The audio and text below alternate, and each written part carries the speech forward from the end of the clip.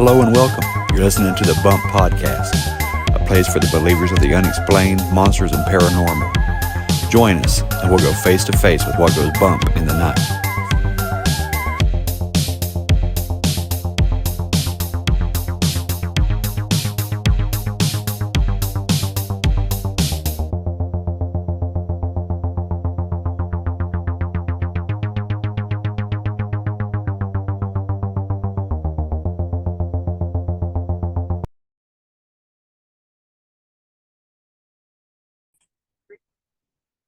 Hey there, believers. I got a great episode for you this week.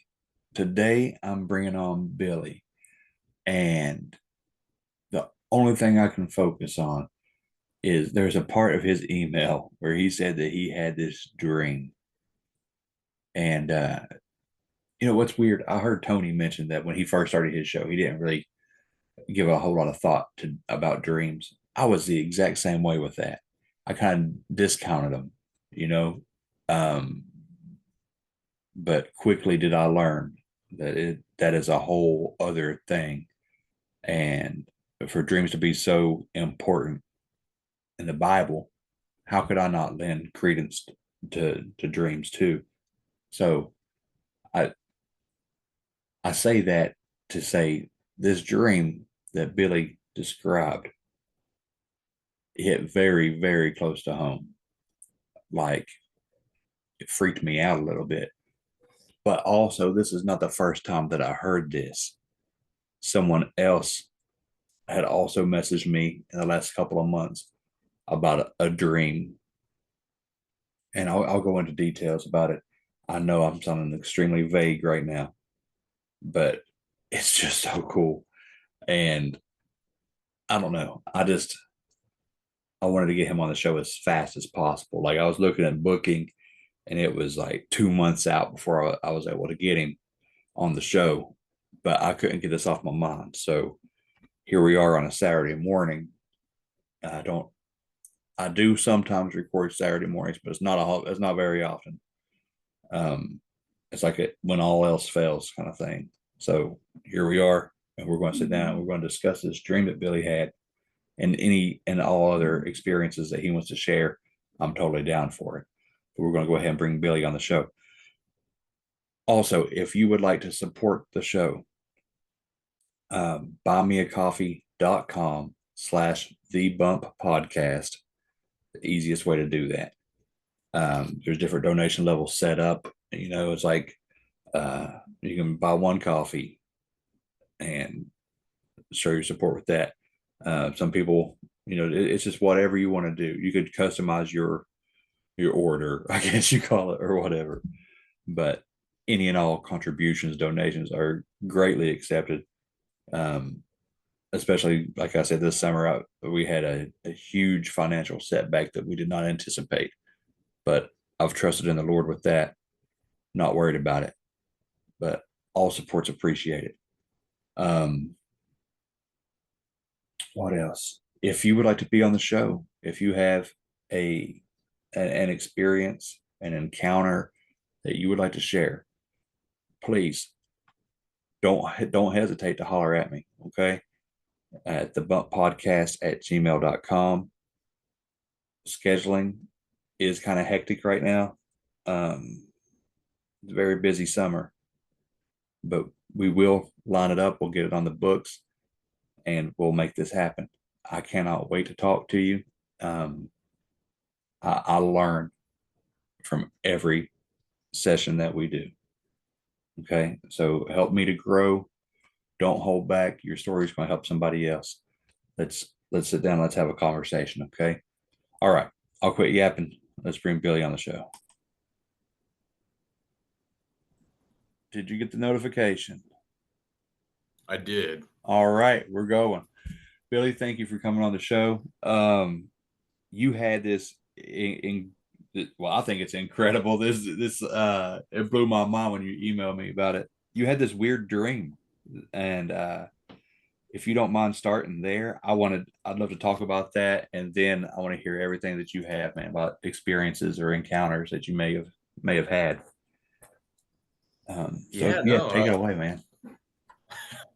It's an honor to be on here. I honestly wasn't expecting a reply with how crazy that email probably sounded, but now we're here. But yeah, no, I had heard your episode on the confessionals about all your research on Lilith and all that, and really got me. I'm like, oh, I want to check this guy's podcast out, and started listening to it. And I'm a UPS driver, so that's literally all I'm doing while I'm driving is I'm listening to podcasts. Sweet. So I think that episode aired on like Tuesday or something like that. And so I was listening to your podcast Wednesday, Thursday, and Friday. Oh, thank And you, just, man. oh, of course, just awesome episodes. And Friday night, I get home from work and I go to sleep at night. And the last dream I had before waking up Saturday morning was I was in the woods somewhere, and uh, it was like a kind of a clearing, and I'm like standing there, and I just see this person like hunched down, showing me how to start a fire. And it was like one of those like outdoors like button down shirt. It was like a white with that flap on the back, and you had like brown or like green like cargo pants or something like that. Just very Wow. detailed, and you just stand up and you turn around, and it was you, but I didn't know it was you. And now that I'm seeing you now in the dream, you had piercing blue eyes. They were like almost radiating, and I think I can kind of tell you have blue eyes. I do, yeah. Yeah, that was like you just kind of Wow. looked at me and just smiled and gave me like a thumbs up, and then I woke up and I'm like, that was weird. Like I've never Man. seen this guy before. And then literally like I'm eating breakfast and I'm like about to do some yard work, and I go to Spotify to look for another episode of yours to listen to, and your website link popped up. So I just clicked on it, and sure enough, it's like this, your background, everything right here, and I'm like, oh my god, that's the that's the guy from my dream. Oh my I'm gosh. like, Yes. what in the world? Like, because I've heard before it was like, if you dream about someone or people in your dreams, I guess your brain can't actually create a new face. It's always something that you've seen before, Hmm. and so I'm like, I'm sitting here thinking, I'm like, I've never seen. I literally just started listening to this guy's show, and like your icon on Spotify is like that Bigfoot type of Yeah. character. So I'm like, there's no way I've seen this guy before. And I'm like searching through like everything I've done for like the last 3 days. And like, no, there's absolutely no way I've seen him before. Wow. And I sat there for like I was kind of in shock, and I'm like sitting here. I told my wife about it, and she's like, "That's kind of weird." And I'm like, "Yeah, I don't know." It's like, should like I email him and tell him about it? I'm like, she's like, "I don't know. That might come off a little weird." I'm like, Not "I'll." at all, man. Yeah. Dude, that is so crazy. And like, if you would look in my wardrobe, my wife hates it, but I have like half a dozen of those shirts, and I all I wear are like olive drab or khaki. Right Oh now I wow. happen to be completely out of character. I got on blue jeans and a black t-shirt, but day to day, like if I go out, I haven't left the house yet. If I go out, I look like I'm going on a hike. Oh Uh, wow. yeah, it's wild. Like even at work, like I'm a teacher, so Okay. I have to wear button down shirts. So I just wear those kind of shirts. They're airy, they're loose. Um, that's wild, man. So That that's is, actually very accurate. yeah, that's That's wild. yeah. So, what do you think that means? Like the fire. Like, have you analyzed your the dream at all or anything? Do you have vivid dreams all the time? Uh, No. And we can get into that later. Usually the only vivid dreams I remember are usually like the nightmares or like kind of like night terrors that have been ramped up recently in mm, life. But beyond that, no, I usually don't have very vivid dreams. My sister, she's had a few vivid dreams, but again, we'll probably get into that later. I think something along our family lines, there's something going on there. I haven't been able to find any sort of information on it, but yeah, for me personally, no, I don't have a whole lot of vivid dreams, but when I do, I tend to remember like a lot of detail. yeah. And this the shirt stuck out to me because it was almost like prominent, like, oh yeah, it's got one of those flaps on the back. 'Cause I know like that's like an outdoorsy type of thing, but I'm like, we are out in the woods, so okay, that kind of makes sense. But the fact that you wear those Yeah. actually, that's really odd. That is so crazy, man. Like when I find a shirt that I like, I I've gotten in this habit the last couple of years. I just like get that shirt in every color. You know what I mean? Yeah. And that's kind of the rut I've put myself into. But that's it, man. That's like, wow. Okay. Well, I have a good friend. You probably heard her on other shows, Vicky Joy Anderson. Yes. Um, Yeah. Vicky is very good with dreams. Like she sees things like she's got the gift, man. She's blessed. Um, I'd like to run this by her and see what she thinks about, what the fire would represent, what um how you knew me before you knew me kind of thing. Yeah. That's interesting. That's That was one thing. You never talked in the dream, so I didn't hear your voice or anything. I just saw the you as the person, yeah. and I'm like, yeah, okay. That I mean, he looks like a nice guy, but I've never seen him before. Yeah, and then Oh, well, I'm yeah, glad I like didn't talk, man. You're like, who's that hick? no, yeah, it was very odd, and then yeah, it was like goosebumps just went down my spine when I like saw the picture on your website, and I'm like, it was like the dream came back in more detail at that point. I'm like, no way. I'm Wow. like, I don't understand this, and Do, do you camp? Do you go? Are you into no, that? No? no, I've I've been camping twice, but it was like an actual campground, and I slept in my Jeep at the time. Right. But that was it. Like no, like actual rugged outdoor. Yeah. Uh, none of that for me. Wow. I'm more of a beach vacation type. So Yeah. Hey, there ain't nothing wrong with the beach. We're heading there in a couple months. So, yeah, but yeah, that's wonderful, man. It's incredible. It's like I don't know. It's weird. It's weird because I hope that I'm not like astral projecting or something in my sleep and don't know it. You know what I mean? it didn't. Nothing felt very. Nothing felt evil. It was a very joy, like happy type of. I wasn't threatened. It was literally like you were showing me how to like take care of some, like literally build a fire for like my safety, kind of Wow. a deal. It was like you were mentoring me. But again, I was only like probably 5 seconds of you like hunched down, like starting this fire. Then it just shoots up. You just stand up and turn around. Like I said, your eyes were just so blue. Now that I'm thinking about it, I've heard people say if they've like a near death experience, if they see Jesus, they say his eyes are like really blue. Yeah. So I don't know if that's like a reflection of like awesome follower of Christ and you have the Holy Spirit living within you. I don't. Please. Yeah, Please. exactly.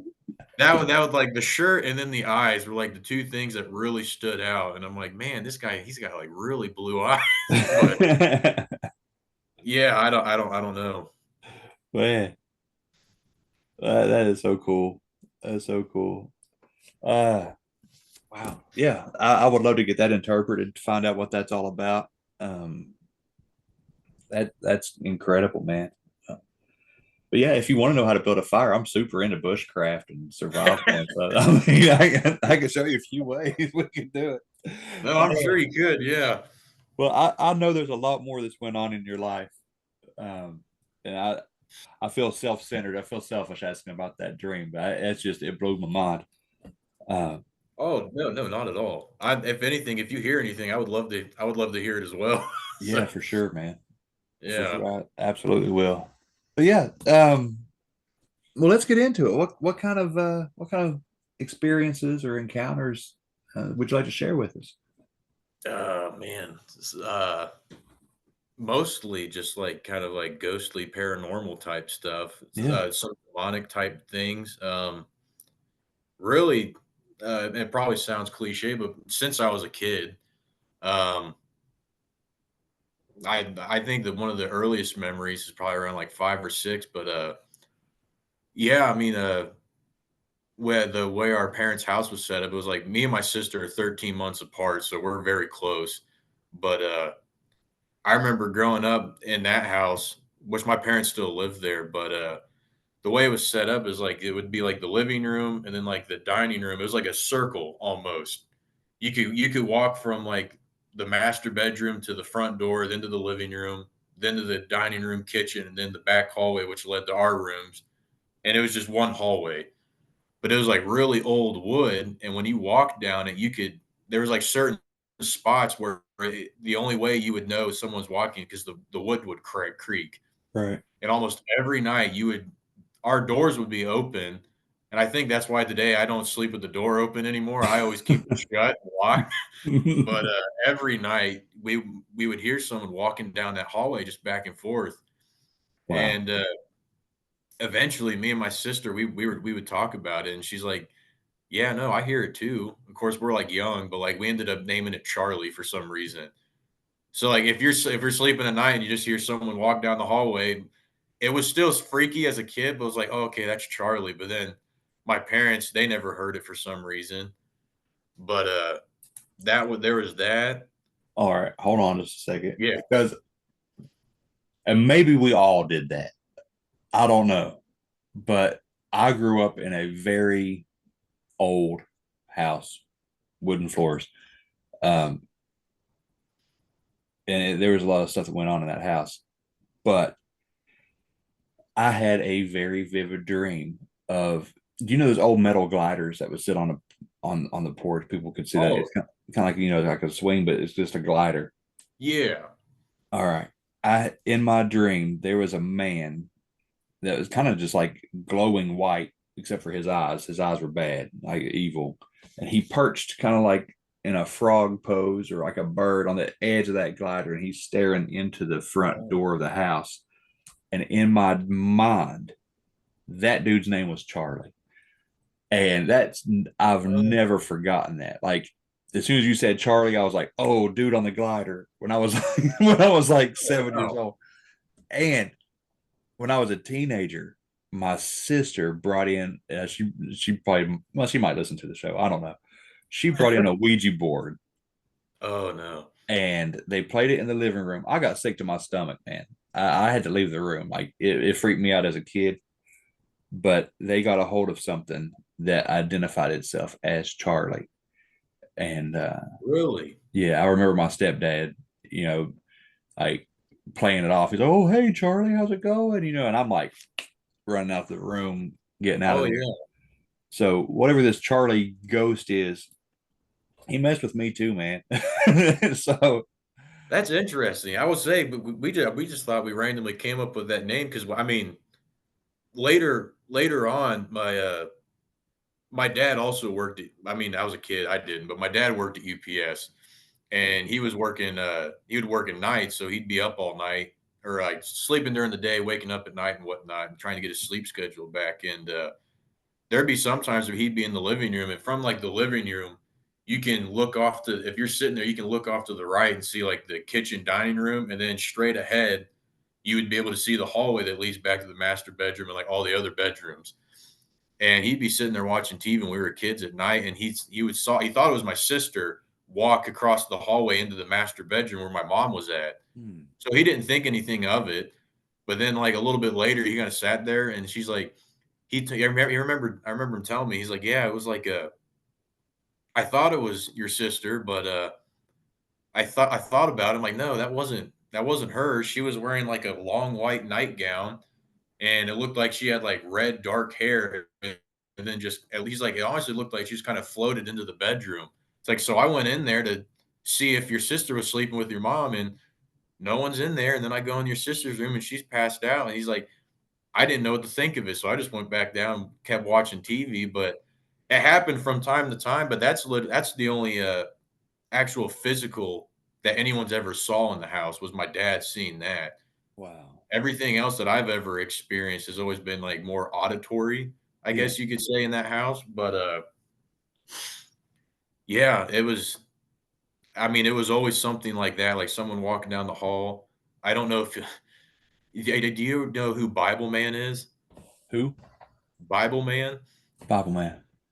I don't think so. Well, It was it's an like a old old superhero kind of. yeah. Yeah, it was like a Yeah. Christian, like, I mean, it was like he dressed up in purple and gold and had a purple lightsaber, and it was always he was always quoting scripture and all that. I had a Yeah. big poster of him on my wall, and the verse it was like Second Timothy, but it was like God did not give us a spirit of fear, but of power and love Yeah. and a sound mind. Of course, I the know. sound mind part wasn't on that poster, but man, as a kid, like I'd go to every time I'd go to sleep at night, the it was just like an overwhelming sense of like evil in the room. Mm. I always had a hard time sleeping, and the bed would always like shake. Like I'd be sitting there sleeping, the bed would just start vibrating and shaking like really fast.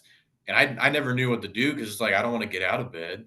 And I'd always look over at that poster and I would just start praying that scripture over and over. I'm like, no spirit of fear, power and love, no spirit of fear, power and love. But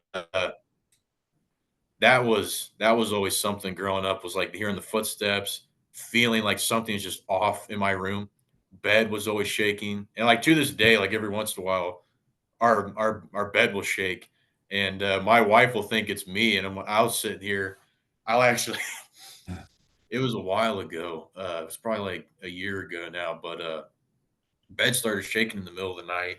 It woke me up. I'm at that time. I think I was like 29. I'll be 31 next month, but I started shaking. I wake up. I feel like I'm sitting here thinking like not again.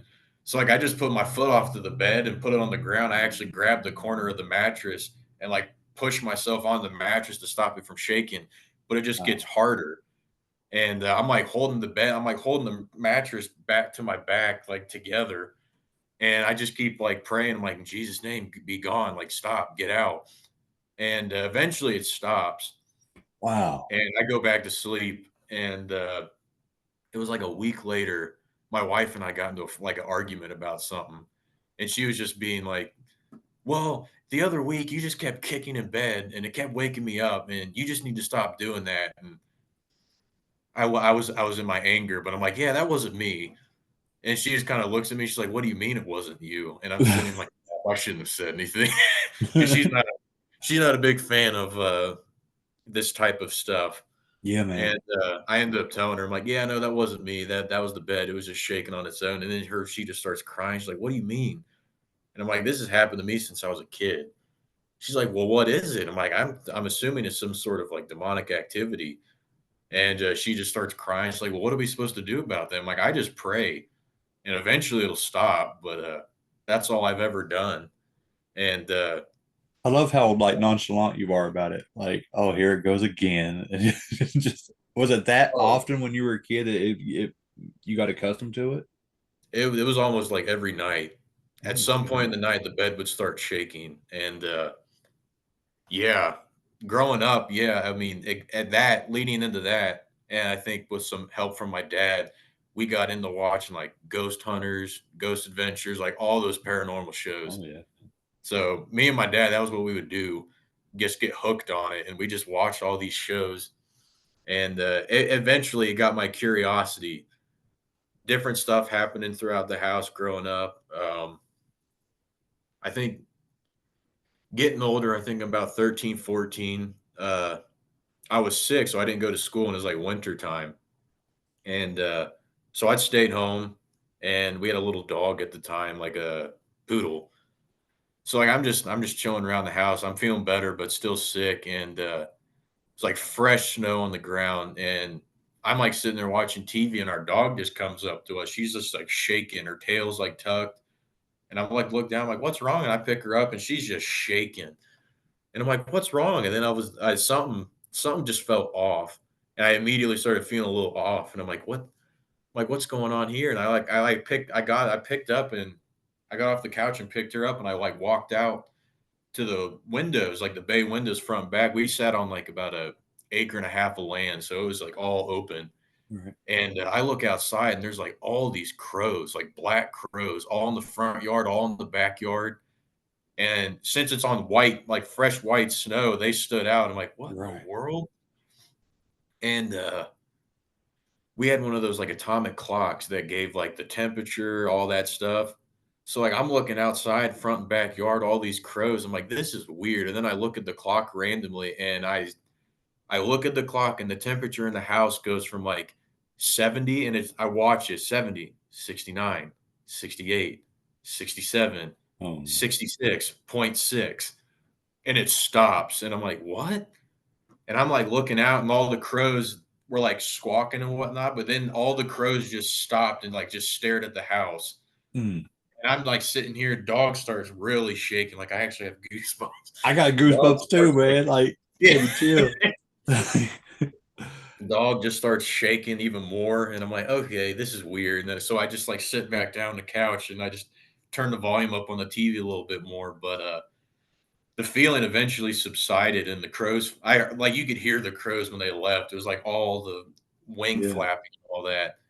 But that was like 13, 14, and then kept getting further into into the ghost shows and whatnot. And think this was probably around when I was like 16. I just got my license, and we got new living room furniture. So like the living room was empty, and again, I don't know what was going on, but I was home alone again, and I had like I think it was like the iPhone 4 at the time, and just randomly, I was just curious. So like I had the headphones and the microphone on. I just did like little EVP recorded session in the living room, Yes. and I'm like, whoever's here, I'm like what's your name? What are you here for? And I'm just sitting here listening. Of course, I'm not hearing anything. But I do that for like 10 minutes. I ask like, "What's your name and what are you doing here?" And don't get anything live. But like Right. halfway through this, once I stop recording, again the dog comes up to me freaking out. So like I go back and listen to see if I got any answers. And of course, the "What's your name?"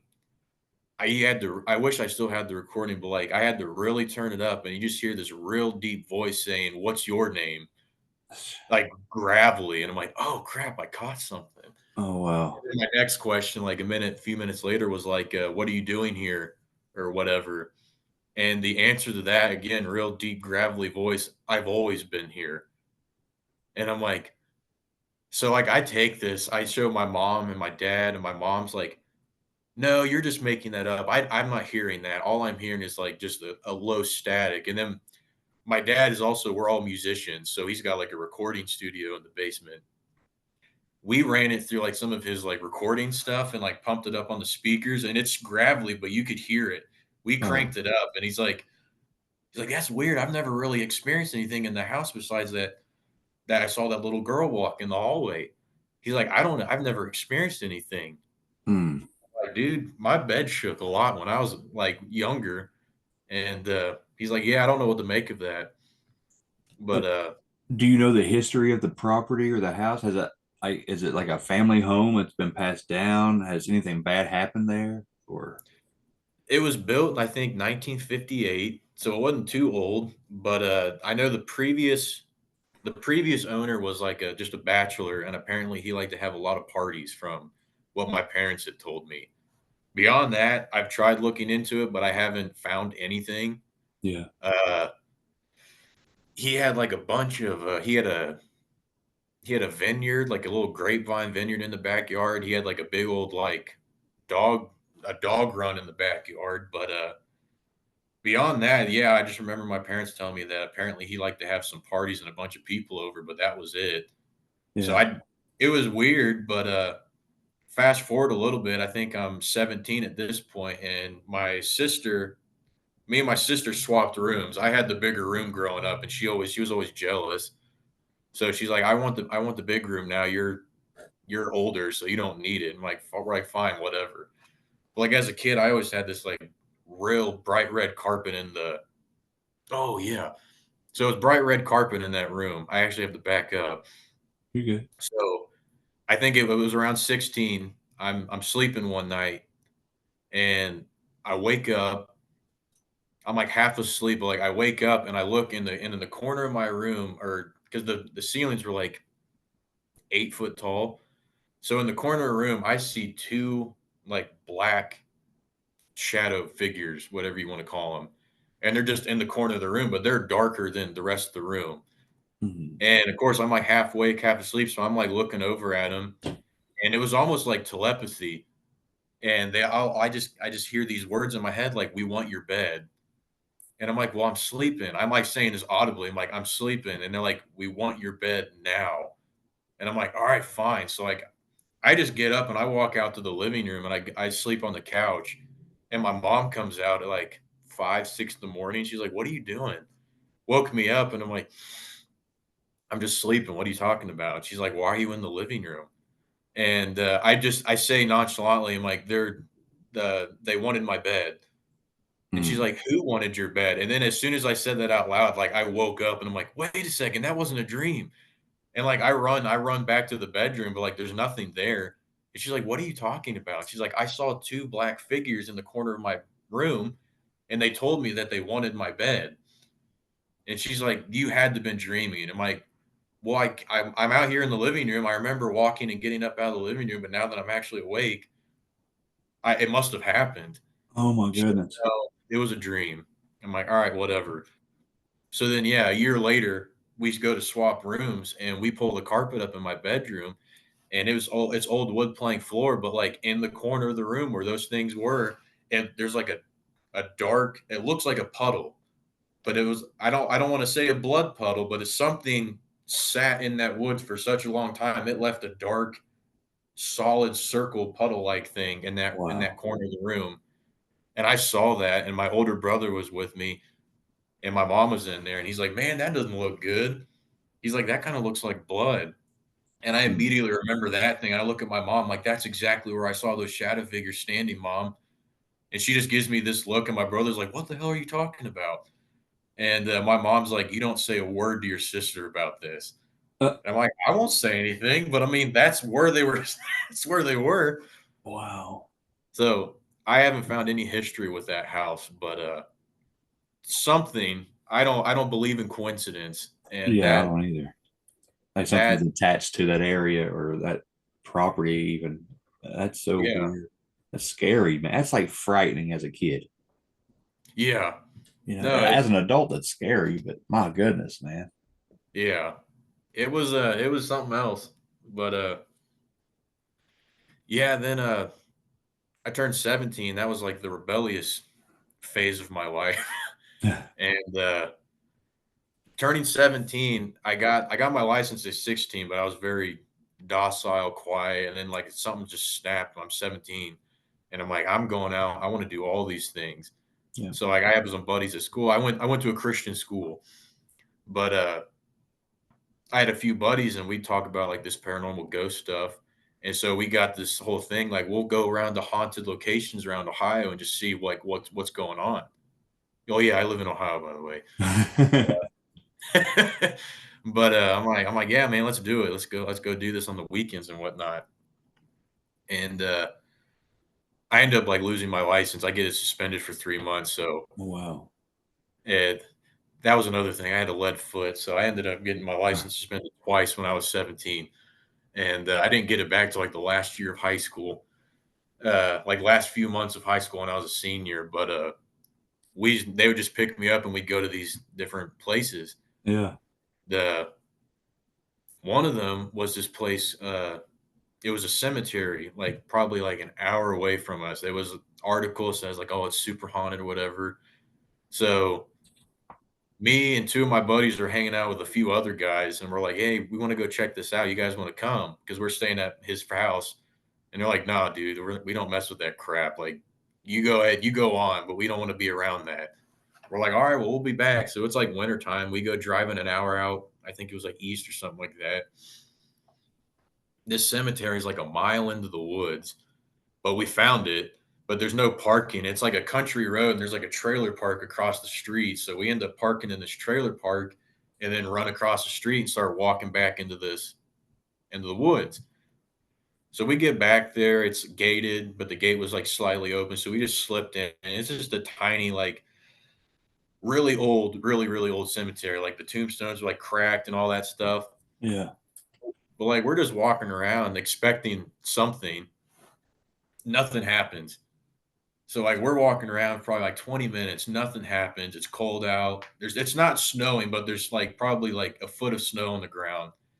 And my buddy's like, "All right, yeah, no, nothing's happening. We should probably get going." And I'm like, "No, man, we came all the way out here. I want to see something." Right. And like, well, what are you gonna do? So like I just knelt down, I wiped the snow off of a tombstone. I saw the name on there. I'm like, this is what I'm gonna do. And so I stand up, I'm like, hey, and I say this name. I'm like, if you're here, do something. Oh my And we just gosh. sit there and like nothing happens. And I have two buddies behind me, and I'm like standing right in front of this tombstone. And they're like, dude, I don't know if you should do that. I'm like, no, we drove all the way out here. We're gonna get something.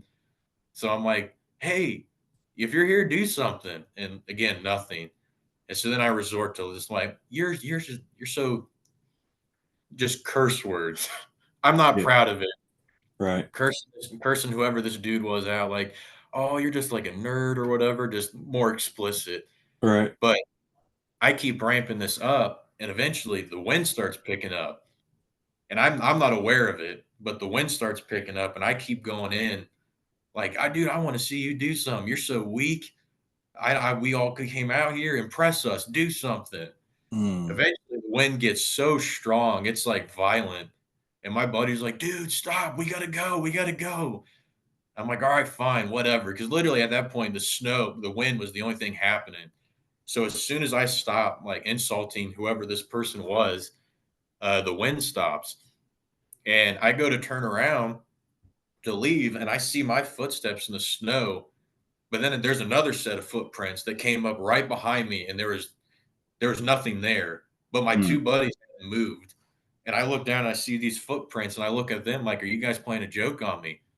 And they're like, what are you talking about? I'm like, you don't see this trail of footprints leading right up behind me? And they walk up and see that and like, oh, dude, like we got to get out of here. And I'm like, all right, yeah, let's go. Oh So my we go to gosh. leave.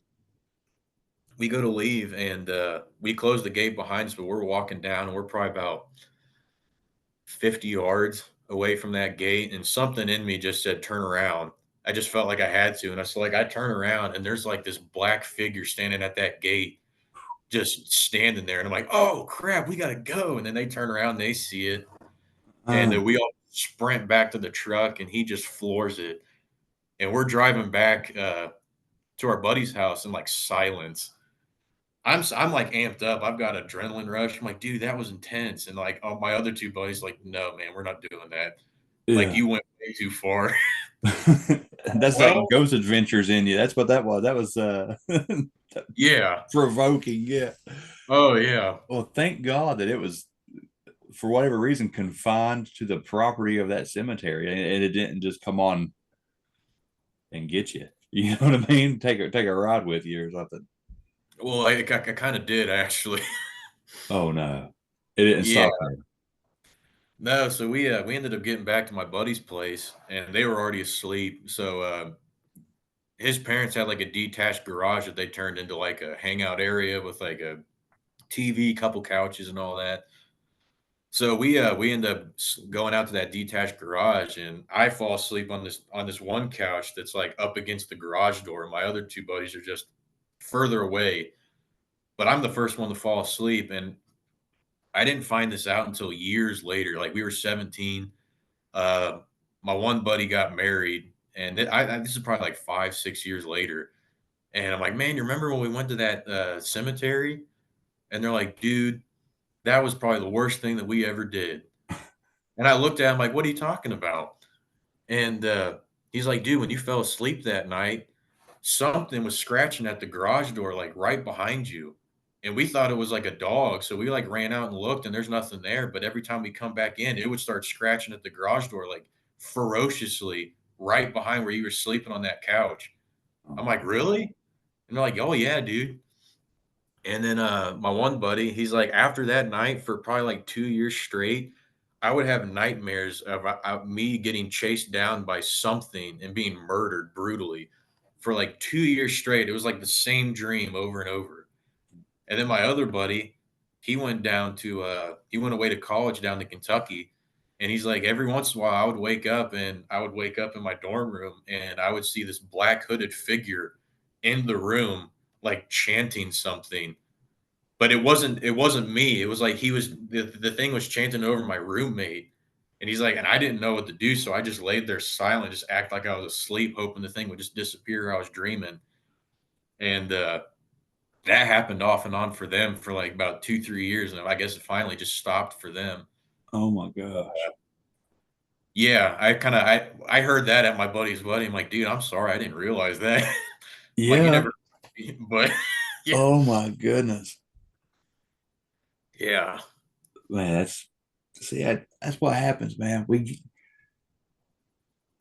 We're just trying to have fun, right? We're kids, but we're still giving permission. We're giving consent for these things. Oh yeah. I Yeah, it's mean, wild. the older I get now, yeah, I liked I think I watched the Paranormal Activity movies. I don't go near those anymore. Right, Uh, I'll occasionally watch like Ghost Adventures or something, but like I don't like to entertain it right. just because I know that stuff's real. Uh, Absolutely, it is. Yeah, oh yeah, my wife has had a few experiences when she was a kid, but like nothing to what the caliber of like daily life for me. And so when we were dating and then we got married and then she moved in with me and all this stuff, she starts experiencing a lot more of this stuff. And she's like, this isn't normal. And I'm like, well, for me, it kind of is. She's like, why are you not freaked out? I'm like, this is just a normal. I mean, it gets annoying to me, but it's just kind of normal at this point. But Hmm. yeah, so when that cemetery, I did something. Obviously, I did something, but I gave something permission, and it followed me. It followed my buddies for a little while. I think it stuck with me for a while longer, just because I had way more. Um, it was in the summer later that year. I was working part time at a grocery store, and a buddy of mine there, he's like, "Hey man, I know this abandoned house. It's like it's really creepy, but it's cool. Like, do you want to go?" Of course, I'm like, "Oh yeah, man, I'll check it out." Like, that's awesome. Turns out it was only like 5 minutes from my parents' house, and again, it was, like, in the woods, it was weird. It's like a line of houses on the street, and then you just see one, like, overgrown gravel driveway going into the woods, and we go back there, and it's just in its open clearing, just an old abandoned house. I'm like, "Dude, this is cool." He's like, "Yeah, man, a buddy of mine showed me." So we, like, walk in, and, like, there's still furniture in the house, closets full of clothes. Wow. Like, it's literally like they just up and left, Yeah. and then people obviously found it and just kinda went through everything. But, the first time we went there, we're, like, walking around, there's an upstairs, so we went upstairs, and I thought it was weird, but there was, like, literally stacks of checks just scattered all over the staircase, dated from, like, 1952, 1954. Uh, it was only for like 50, $60 each though, but like there was literally like hundreds of them just all over the staircase. And I'm like, this is weird. Like I can't check these, but like this is weird that these are all here. Yeah. So like we go upstairs and it was at the top of the staircase, there's like a little banister. Those old school bells where it's like literally just the bell and then the hammer will hit Yeah. it. There's like a miniature one at the top of the stairs and it had like wiring. I'm assuming it was the doorbell, so anyone upstairs would be able to hear it. But the wiring was like disconnected. It was just dangling from this bell. I'm like, oh, I've never seen a doorbell like that. That's kind of cool. But like we go around and we're just like rummaging through upstairs, me and my buddy, and the bell goes off. Ding. And like I just stop and I look up and like, dude, you're playing a joke on me. And I look up and he's in front of me, like a good distance, and the bell's behind me. He looks Oh at me, he's man. like, I thought it was you. And I just kind of laugh and I turn around, I go over to the bell and I grab the wires and they're not connected. So like I grab the hammer of that bell and I just bend it completely backwards. And I'm like, all right, it won't ding again. There's no way it will. We go back to rummaging around and sure enough, ding, like 10 minutes later. And my face just turns white. And I look at my buddy and he's like, dude, I thought you bent that thing. And we go back and it's back to normal. It was like What? it was never bent. And I'm like, I know for a fact I bent that. And he's like, no, I watched you do it. And I'm like, have you been to this house before? Like, is it haunted? He's like, dude, I've been here like 10 times and that's never happened before. And I'm like, that's weird. He's like, Yeah. I don't feel comfortable. We should probably go. And I'm like, all right, man, that's fine. So we leave. And a few months later, I tell my buddies at school about it. I'm like, dude, I know this house. It's creepy. It's cool. We should go check it out again. I want to go back. So I got like I think it was like four of my buddies to come with me. And I showed him where it was at, and we drove back there. He had like a Blazer, so it was like four-wheel drive. So we drive back there, and they're like, as soon as they pull in, they turn his brights onto this house. They're like, dude, no, this is too creepy. I'm like, "Dude, it's fine. It's fine. It's so cool. It's not even, it's like, it's awesome. Trust me, you'll like it." So they go into the house, like it's like a living room, like right when you walk in, and they just start rummaging around. I go back upstairs to look at that bell, and sure enough, that bell's still perfectly how it was. Like I bent it again and it's right back up again. So I'm like, all right. And I told him about that. I'm like, if you hear this bell go off, just know it's not me. And me and another buddy went upstairs. We explored further, and there was like some bedrooms. So like I'm going through the bedroom, and I there's like a desk, and there's like this painted rock. It was like a little picture on this rock, and it said like "Rest in peace, we miss you," and it had some little girl's name on it. But like the picture was like of a little girl with like ponytails like off each side of her head, but her eyes were just completely big black circles. And I'm staring at this rock. I'm like, that's weird. Like this is creepy weird. Like, Super creepy. yeah. And I'm like, why would someone paint something like this? And I just put it back in the desk. But like, uh, me and my buddy upstairs, we got to go back downstairs, and my other like the three guys downstairs, like, yeah, no, we got to go, man. This just feels off. And I'm like, all right, fine. You guys are chicken, whatever. So they all start going out one by one, and I'm going to be the last one out. And I go to walk out. My one buddy thought it'd be funny just to like slam the front door shut on me and trap me in there. So that's what he does. He just pulls the door shut. He's like, ha ha, now you can't get out. And I'm like, yeah, very funny. And I'm sitting here and I'm watching the front door. The deadbolt locks itself, and then the door handle on mine end falls to the ground, just falls off the door. Oh no. And I'm looking at that. I'm like, what in the heck? And then my buddy's trying to get the door open. He's like, why'd you lock the door? I can't get it open. I'm like, I didn't do that. I thought you did. And he's like, dude, no. So he's trying to like kick the door in. I'm trying to pull the door open and I can't. And I'm freaking out. And three of the other three guys are literally kicking this door in, trying to get me out.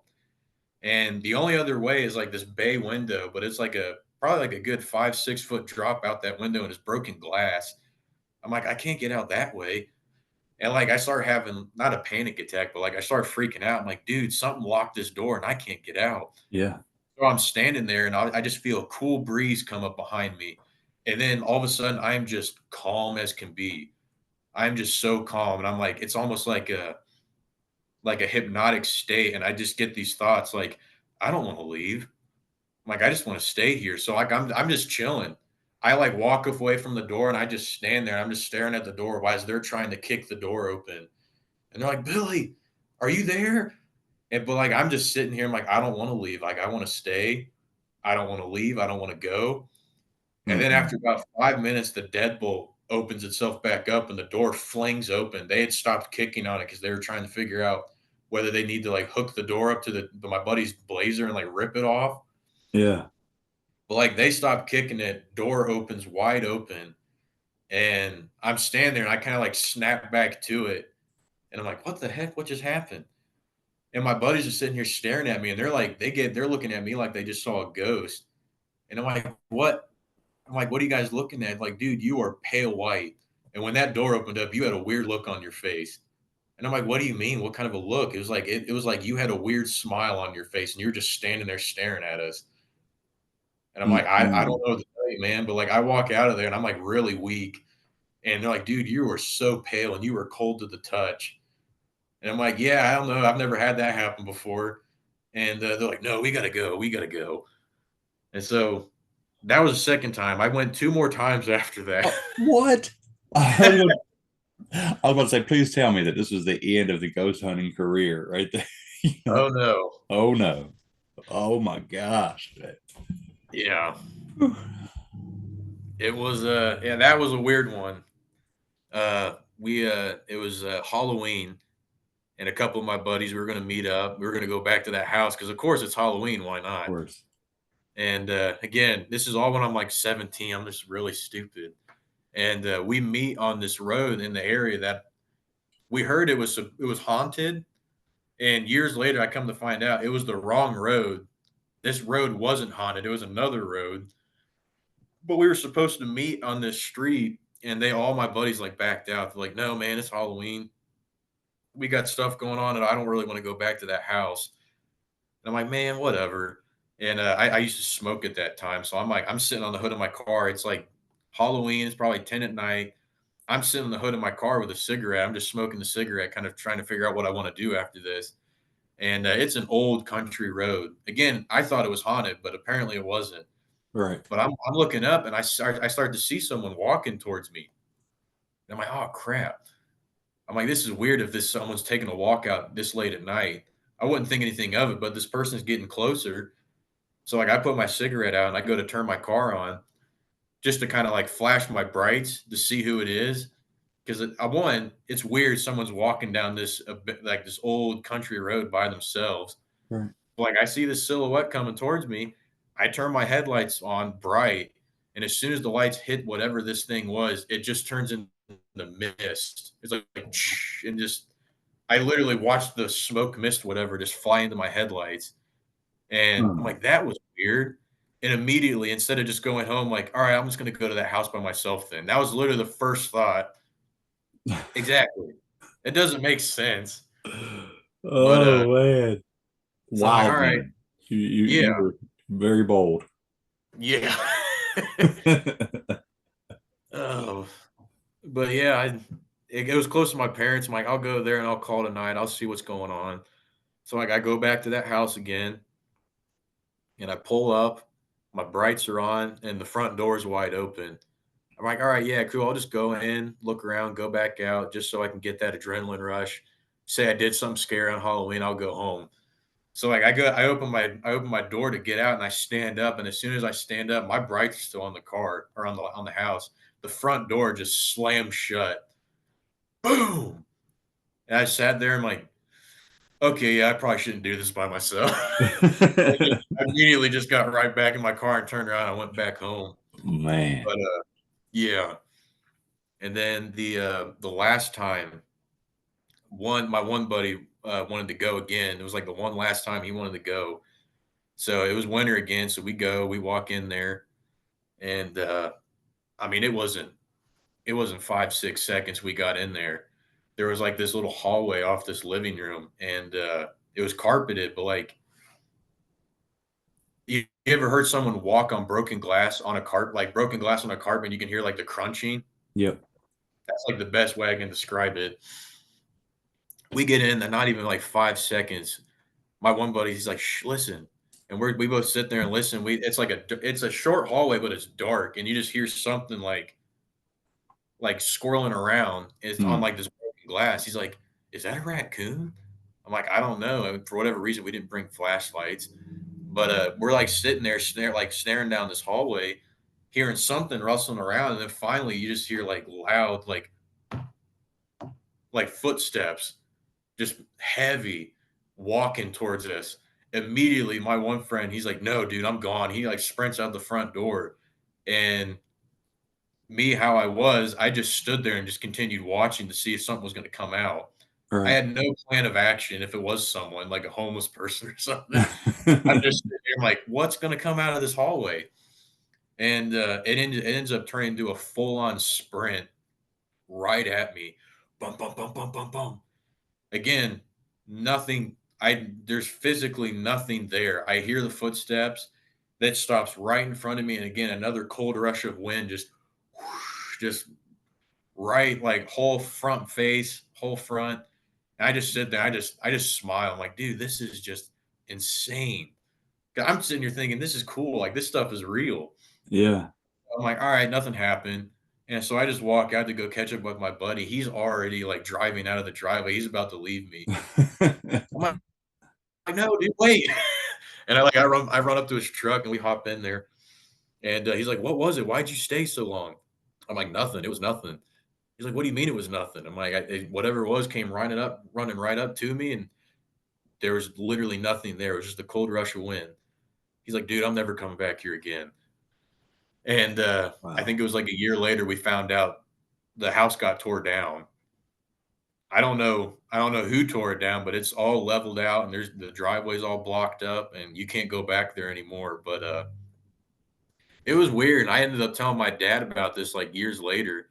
Right. And again, he was a UPS driver. He's like, "What was the address?" And I told him it was in between these two houses. And he kind of looks at me. He's like, "Man, I delivered there a lot." He's like, "It wasn't abandoned." I'm like, "What do you mean?" Because he was a driver from like the 1980s, and he just retired about 4 years ago. And Right. he's like, "Dude, it wasn't abandoned. It was a nice family there."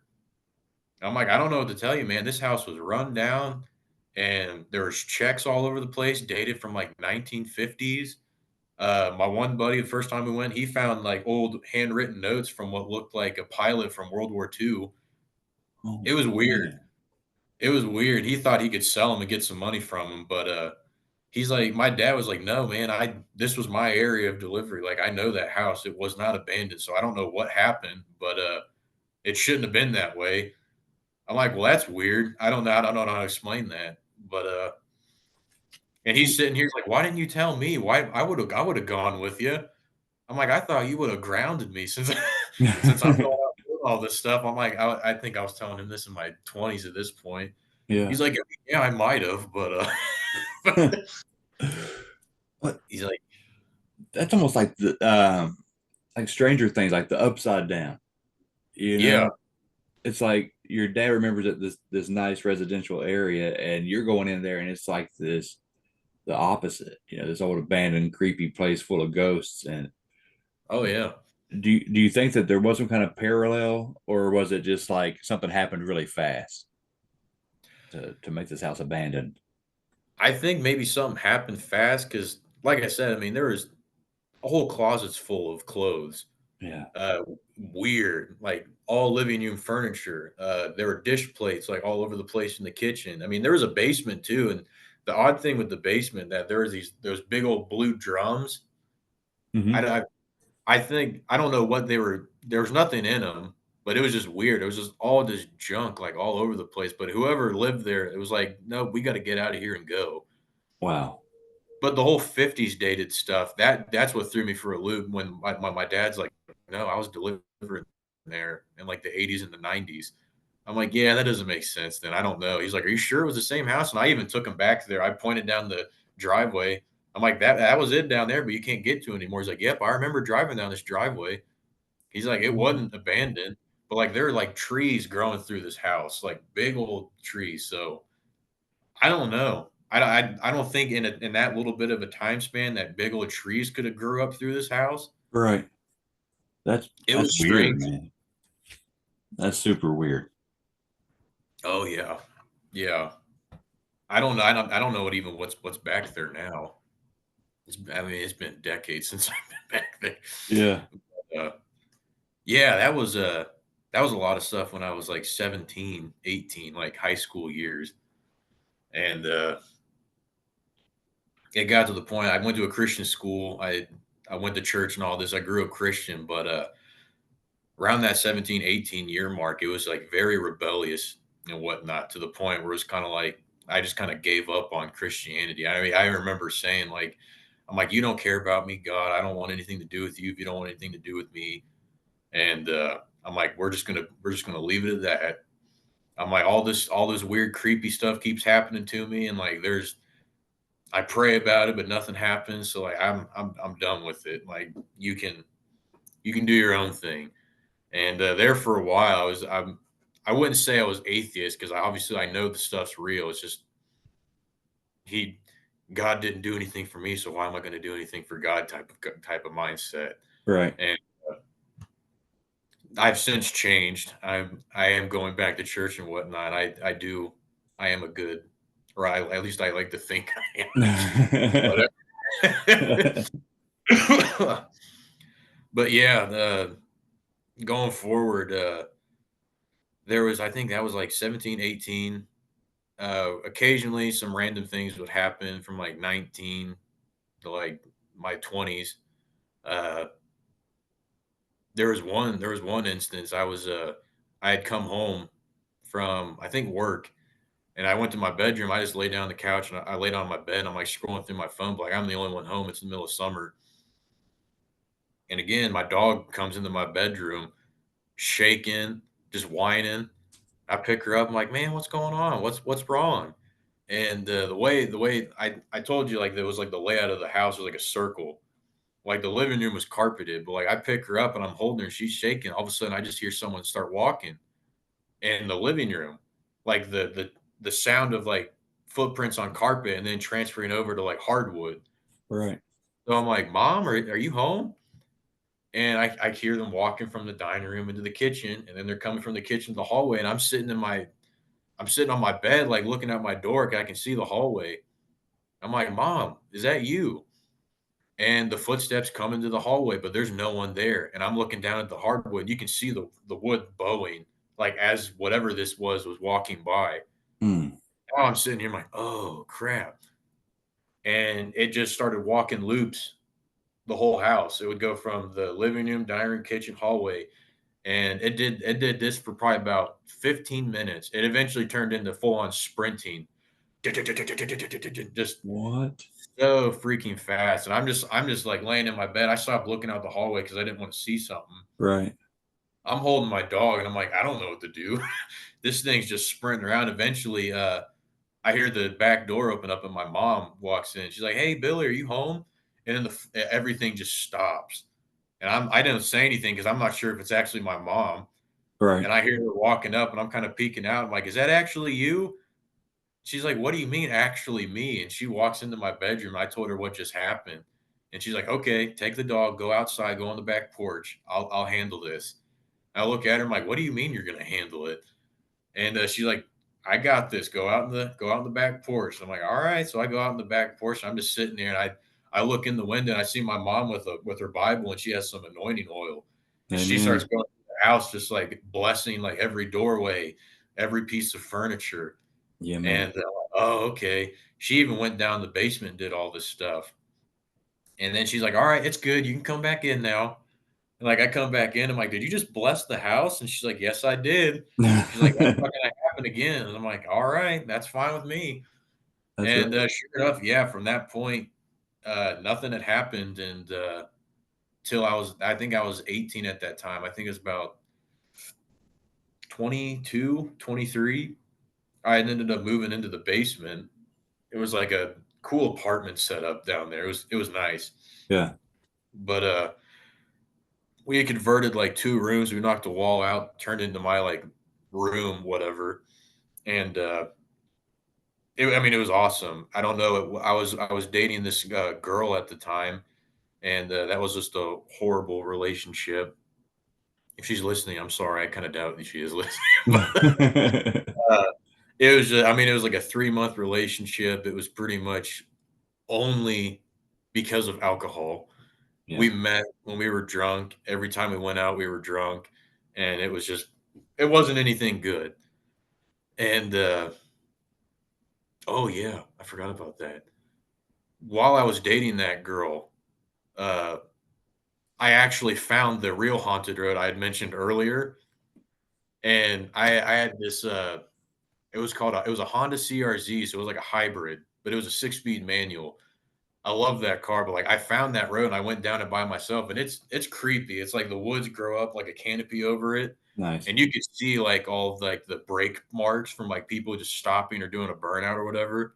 But like I drove through it by myself with the windows rolled down that night one time. I'm like, man, this ain't creepy. There's nothing here. So like I had that girl I was dating at the time. I'm like, hey, I'll take you down this haunted road if you want. She's like, yeah, that'd be kind of cool. That'd be fun. So I'm like, all right. So we drive down there and I roll the windows down. I'm just cruising. It's like midnight, and I'm just cruising down the road. And she's like, "I don't like this. This is actually a lot creepier than what I thought." I'm like, "Nothing's gonna happen. I already went down here. Nothing's gonna happen." And literally, as soon as I say that, all the electronics in my car start flickering, and then the car just dies. And On the she's like, "Did road. you?" Oh yeah, it just dies in the middle of the road, and like, oh, there's no headlights anymore. And I'm just sitting there and I'm like, "Oh, crap." She's like, "Did you stall the car out? Because it's a manual." I'm like, "No, I had it in neutral. We were just it wasn't in gear. We were just coasting. It literally just died." She's like, "Billy, you're playing a joke on me." And I'm like, "No, I'm not." And Oh, like I'm trying man. to start it up, it won't start up. And so like I get out and I pop the hood And I'm like, I can't see anything. I don't have a flashlight, but like it's a hybrid. Like I can't if I mess one wrong thing, that's a lot of voltage going through me. I'm Yeah. gonna die. So I'm like, I don't know what to do, but like I get back in the car and then you start hearing rustling in the woods. And she starts freaking out. You need to get this car started right now. And I'm like, I'm trying. Eventually, it starts up. And as soon as it starts up, the rustling in the woods stops. And I leave it there, making sure it'll stay on. And I'm like, all right, I think we're good now. She's like, get us the hell out of here. I'm like, yeah, I'll Yeah, no do that. doubt. But we ended up Wow. driving out of there. But yeah, that was like the one time something actually weird had happened. And I can only attribute that because I think it was since it was a hybrid battery, that's the only thing I can think of, but I don't know. Yeah. But Yeah. But they say that the paranormal. You know all about that stuff. It'll oh yeah, pull energy out of where it can get it. that's what I was thinking. I'm like, if this was a gas car, which I mean it was, but like fully gas, I'm like, I don't know if that would have actually happened because Right. it was weird. But Man. now to jump back, so it was like a 3 month relationship. We stopped dating, and that prompted me to kind of get really try to really dive back into my relationship with God. And so I'm like, I'm trying to get into the Bible again. I'm reading all these different books from like all these different pastors and all this stuff. Right. And I'm like, yeah, I feel like I feel like I'm doing better. Like I know what's happening paranormally and whatnot. Like this stuff's real. I Right. know God's real. I've never denied that, but I just feel like I have to get back into this. So I'm like reading books, reading the Bible, doing all this stuff, and at this point, I'm driving for UPS now, and I had this one pickup on this route that I was running. Right, I had to sit there for like 2 hours, and not I couldn't do anything, but like that was the only thing I had to do. So like I'm just sitting there, I'm waiting for them to be ready, and I'm just on my phone listening to some music, and it was strange, and this is the only time I've ever felt this, but it was just like an instant wave of so much joy just hits me, just fills me up from the inside out, and I literally just start crying for no reason. And I have this big old smile on my face. I'm like, "What in the world is going on?" But, like, I can't stop crying. And so, like, I'm looking at the song I'm listening to. It's not a Christian artist, but I'm like, "This doesn't make sense." But, like, I could not stop crying for, like, the life of me. And it was, like, embarrassing, but, like, I'm laughing. Yeah. I feel so much joy, anger, depression, gone. I'm Amen. like, "Dude, this is awesome. I don't know what this is." And so, like, I finished the pickup, and the guy's like, "Are you alright?" As I'm like he's helping me load up my truck. I'm like, "I'm great, man. I don't know what's going on, but I'm great." And like, "Alright, whatever, man." And, I end up finishing that day out. I go back home, and I'm still crying, but, like, I go downstairs to my bedroom, and I literally for that whole week, it was just like the only thing I can describe is like the joy and peace that only the Holy Spirit can give you Amen. for like an entire week. And I'm like, man, this is if this is how it truly is to feel, to be like to follow God, and this is what you feel every day. Like this is amazing. Yeah. And after the week, it was just like gone, instantly gone. And I'm like right back to where I was before. And I'm like, wait, what happened? I'm like, why didn't it stick around? Why didn't it stay? And I don't know. I have no answer for it, but I kept striving and whatnot, reading all these different books, started going back to church, and that's when I started going back to church is when things started ramping back up in Mm. my parents' house. And this was for me, it was a sign like, okay, I'm doing something right. Yep. If nothing's happened since mom blessed the house all those years ago, and now I'm going to church, I'm getting back into my faith, and this stuff's happening, like I know I'm doing something right. I'm a threat now. Yep. Absolutely. So it would be the bed would start shaking again at night. I'm like, all right, there's that. There's something. But I wasn't freaked out. It was more like, all right, I'm gonna use this as like a back massage and I'm just gonna use it and go to sleep. So that just kept going. It kept doing that throughout the night, like for months. I was hardly getting any good night's sleep because of like the stuff that would happen at night in my bedroom.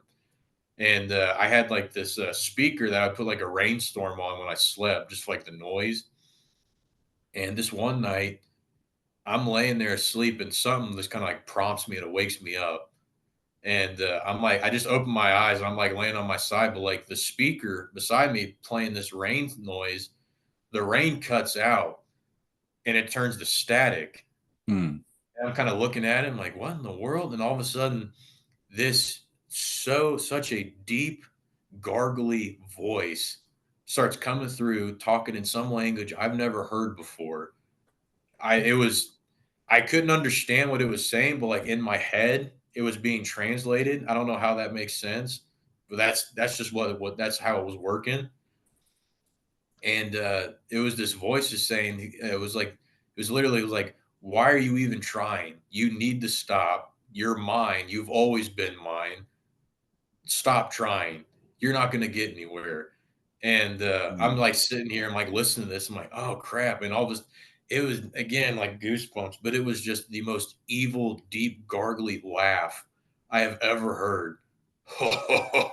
Or whatever. Yeah. It was just so much deeper. Like, I don't think any human would be able to recreate it. And I'm like, okay, this is weird. Bed starts shaking, but it gets violent. And now I sit up in bed, and when I sit up, there are four hooded figures, one on each corner of my bed. And they're all, I can't see their faces, but they're all looking at me and they're all chanting something like, and this thing's still talking on the speaker. And it, it's weird. It wasn't fear, but it was like instant anger. Yeah. And I'm like, no, like I want to sleep. And so like I get up out of bed and I walk up to one of these hooded figures. And I go to punch it and my fist goes right through this thing. And as soon as it does, they all disappear. The voice on the speaker stops. It cuts back to rain. And I'm like, oh my gosh, dude. So like I leave the light on in my bedroom for the rest of the night, and I grab my Bible and I just sleep holding my Bible. I'm like sleeping with it. Yeah, man. I Oh my wake up the God. next morning and I'm like, man, that had to have been a dream. That was weird. That was a very vivid dream. And I get up and I go to walk out of my bed and I look down and sure enough, you can see 2 feet on each corner where someone was standing, put weight, and they've left footprint in the carpet on each corner of my bed. And I'm like, Man. okay. I'm like, that was real then. There's no other way that these footprints would be here if that didn't happen. Yeah. And I break down. I start crying a little bit because it's like, man, give me a break. I just want I want to do right by God, but like, gee whiz, like this is just like nonstop. Yeah. And I go up and I tell my mom about it, and she kind of gives me this look, and she's like, I blessed the house. This shouldn't be happening. And then she stops. Her eyes get real big, and I'm like, what? She's like, I blessed every room in the house and in the basement. And where my bed was set up in my new space in the basement used to be like the office, but like we walled it off and turned it into my bedroom. She's like, I blessed every room in the house except for that one. And yeah, and I look at her, I'm like, wait, why didn't you bless that one? She's like, I honestly don't even know. I can't remember why I didn't. She's like, I just didn't think Oh it was God. necessary. But And I'm like, hanging oh, out, man, lurking. yeah, no, exactly. And I'm like, Oh, okay, well, you want to go bless that then real quick? yeah. She goes down there and she does that Bible. I forget what verse she was reading, but she was reading through her Bible and she put some holy water anointing oil crosses like on the walls. Put it on. It was like that speaker clock, alarm clock thing. She put one on the speaker all over. She even saw the footprints in the floor, and she's like, okay, yeah. And yeah, I mean, again, nothing happened after that. And if anything did, it would be very minuscule. Yeah. Just like very, it was like, it would be like I wake up and I feel like someone's watching me. And then I would see like my closet door kind of like creak open a little bit. And I'm like, no, stop. And then I just go back to sleep, or I'd get up and close it and go back to sleep. And yeah, that was intense.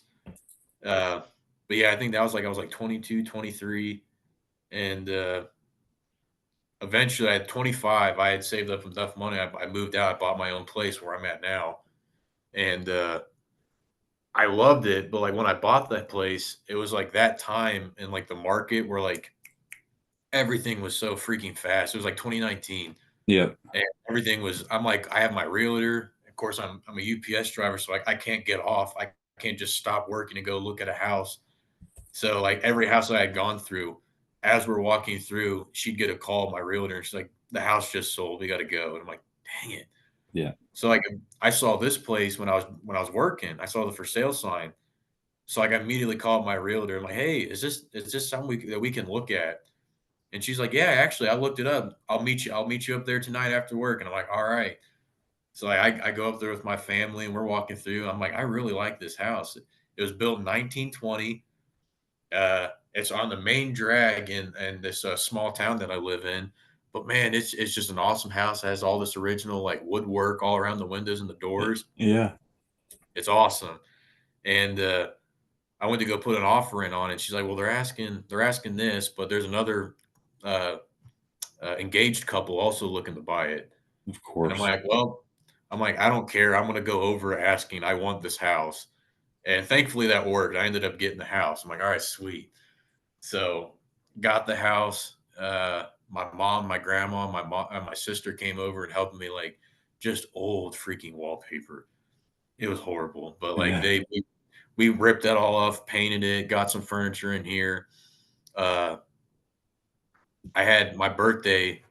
I got the house July 12th, and my birthday was the 27th. So I'm like, I'll have some people over, have a housewarming birthday party for myself. Why not? Right. And I invited like 10 of my friends, and like 40 people show up. And Wonderful. it was a good time. But Yeah. yeah, and again, awesome house. And just little things here and there would happen throughout the night, but I'm like, it's an old house. I'm not thinking anything of it. And there's an upstairs, and upstairs you walk up, and off to your left there's like a guest room, but then there's another room off that's like just another room.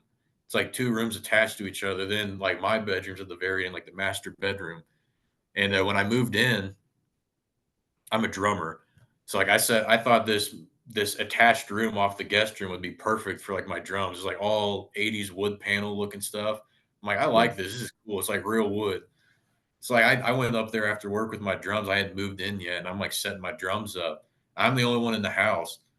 But every once in a while, I'll just get like this feeling like someone's watching me. And I look out the hall towards the steps, towards the staircase, and they're like nothing there. And I'm like, whatever, I can't. I'm not thinking Mm. anything of it. But off that room, there are two attic spaces. And when we were walking through it, before I bought it, I go into one of the attic spaces thinking like, "Oh, this would be nice for storage." But if there's no lights in there, so like I turn my flashlight on my phone, and I round the corner of this attic space, and there's like this little chair sitting in the corner of this attic space with like a children's book on it. And I look at that, I'm like, "What in the world?" And my Mm-mm. realtor, she's like, "What?" And I'm like, I picked up the book and I showed it to her. She's like, "Where was that?" And I like walk around the corner, I show her. She's like, "Oh, that's creepy." And my dad walks in, he's like, "Yeah, dude, that's weird." And I'm like, I don't know. That is kind of weird, but I like the house, so I think I'm gonna go through with it. But yeah, so I ended up getting the house. I set my drums up there. And again, just randomly, I get like feelings of people like someone's watching me or something. Yeah. I'm not thinking anything of it. I start dating my wife, then girlfriend. She'd come over from time to time, and she works from home. So she was in a little apartment, and I know around that time it was like working from home, and then you're already home when you're done. It was kind of like it's just stressful. Yep. So I'm like, hey, I'm working all day. Like I'm not home. Here's a spare key. Like go to my house. Like work from home there, and then if you want to go back to your apartment, just go back there. I don't care. That's pretty I'm like, cool. Yeah. well, yeah. I'm like, I got laundry. You can do your laundry here. Like I'm gone, so it doesn't matter to me. And she's like, all right, thanks. So she's doing that, and then I'd be delivering around the area too, so I could stop back home if I wanted to take a break or something. Right. And she texts me while I'm working. She's like, "Hey, did you come home on a break and I didn't see you?" And I'm like, "No, why?" She's like, "I heard your drums upstairs." And I like call her. I'm like, "What do you mean you heard my drums?" She's like, "I heard your kick drum like dun dun dun dun dun." And then I heard some of your cymbals like shh. And I'm like, "You heard that?" She's like, "Are you not home?" And I'm like, "No." She's like, "Okay, I don't know what that was then." And I'm like, "It's an old house. Maybe it's just settling and like the room was like shaking or something. I don't know." Right. I'm trying not to freak her out. She's like, "Yeah, okay, that was it. That was it." I'm like, "Yeah, all right." So eventually we ended up actually getting married. But before that, actually, yeah, before I even met my wife, I had met another girl actually in town, and we went on a few dates, and she was cool and whatnot. But second date, like we had breakfast for dinner. We're actually sitting in this dining room right now where I'm at, and she's like, yeah, she come from a big family. She's like, you're probably gonna think I'm weird for telling you this, but me and my brother, we have this like black like shadow figure thing that's always followed us when we were since we were kids. It's followed us from house to house, and we're the only two that can see it. And she just kind of sits there and looks at me and gives me this look. She's like, "You're about to dump me," and I just kind of laugh and I like smile. I'm like, "That's cool." I'm like, "I got some stories for you if you want to hear them." And I told her a couple of those. I told her a couple of my stories. She's like, "Are you serious?" She's like, "I didn't think any this happened to anybody else before." And I'm like, "Oh yeah, man." I'm like, "That's weird," but she described this entity or whatever as like this black silhouette with like an Abraham Lincoln black top hat. And at that point in time, I didn't know that was a thing. Now I've heard on all these podcasts like Hat Man or something Hat like that. man, yeah. I didn't know any about that at that time. I'm like, "That's definitely weird," but it's like it's you and your brother and only you two. She's like, "Yeah, it's weird." And I'm like, "That is weird, but, if it hasn't attacked you or anything," I'm like, "I don't think it's I don't think it's good, but Right. I definitely wouldn't be entertaining it." And she's like, "That's always just always been there. It'll just be standing there." Hmm. So, like, a week goes by and things end between us, and I'm like, "Alright, whatever." Like, it wasn't anything serious. But, so, yeah, like, we stopped talking, and, I was going back to church at this point, like, getting I was still continuing this, so it's like I was 23 when I started into this, and now I'm 26 at this time. And one Sunday, I just wake up and I am just so angry and pissed off. I don't know why, but like I wasn't thinking about it. I'm like, I don't want to do anything today. So like, I just lay down on the couch in the living room and I'm watching movies like all day. My mom's texting me. It's like, you weren't at church. You all right? I just didn't reply. I'm like, I don't want to deal with anyone. It was weird. Yeah. And I'm literally just watching movies all day. I never open the blinds, so it's like pitch black. And eventually, I come something happens because the movie ended that I was watching, and then it was like instantly for me. It was like 4 in the afternoon when this movie ended. But like I look at my phone and now it's like 8:30 at night, and I'm like, what the heck? I'm like 8:30. And I'm like looking around, the TV's off. I'm literally sitting in the middle of this living room, pitch black, no lights on the entire house. And I'm like, what in the world just happened? Was I literally sitting here staring at the TV for 4 hours? All right. I'm like, this is weird. And I get up and turn on a few lights, and it was just odd. I'm like, this is weird. So like, I go to the bathroom, and I'm just like sitting there for a little bit. I feel off. So I started washing my hands and I started splashing water on my face. And I'm like drying my face off. And I look up in the mirror and I'm looking at myself, but my face in the mirror starts changing. My eyes start doing these weird things. And it's my face just starts contorting in the mirror. And I kind of back up and I'm like, what in the world? And I start growling at myself in the mirror, Hmm. like, like straight up like animal growling. Ugh. And I stop and I back up. I'm like, what the heck is this? So like I get out of the bathroom, I go back to the living room, I sit down on the couch. I'm like, what's going on right now? And like the back of my neck starts itching. So I'm like, this is weird, like scratching back of my neck, and now my whole body starts itching. I'm like, it was almost it got to the point where I felt like I was addicted to something and I'm on a withdrawal right now. Like I'm so itchy. I Right. couldn't stop scratching myself. And I'm like, dude, what is going on? I start growling at myself now. It was like I got bumped to the back seat, and Yeah. now I'm no longer in control of my body. And I'm sitting here like literally instead of just like itching, now I'm like actually scratching my body and I'm growling like ah. I'm throwing myself down on the ground. I'm rolling around, scratching myself, and finally, like I get put back into the driver's seat, and I stand back up. And I'm like, dude, this isn't right. I got to get out of here. And like I run to my back door, and I go to grab the door handle for the back door, and I grab it, and I stop, and I'm like, no, I forgot my keys. I'm like, all right, I go run back. Instead of my keys are in the kitchen, I go run back to the living room and sit back down on the couch, and I stop, and I'm like, why did I do that? I forgot my keys. So I run back to the kitchen. I grab my keys. I go to run back to the back door and I go to grab it again. Again, a thought, no, you forgot your phone. And I'm like, okay. So I go back. I go back to grab my phone, even though it's in my pocket the whole time. And I go back to the living room. I sit back down. I'm like, no, why am I doing this? I have to get out of here. I run back again. I'm like, I have to fight. I'm not forgetting anything. I know that. Right. So like I go to grab the door handle again, and like this thought, instead of saying, I forgot this, now I go to grab it and the thought comes through, we forgot this. Hmm. And I'm Man. like, we? And I said it out loud. I like look I'm like we, and then the thought goes through my head again. It's like, you can't leave. We don't want you to leave. And it's like, go back into the living room. This thought is like screaming through my head, but it's like an actual voice at this point now. It's not mine. Yeah. Like, no, no, no, no, no, no. I'm like, this is not me. This is not me. Like, I have to get out of here.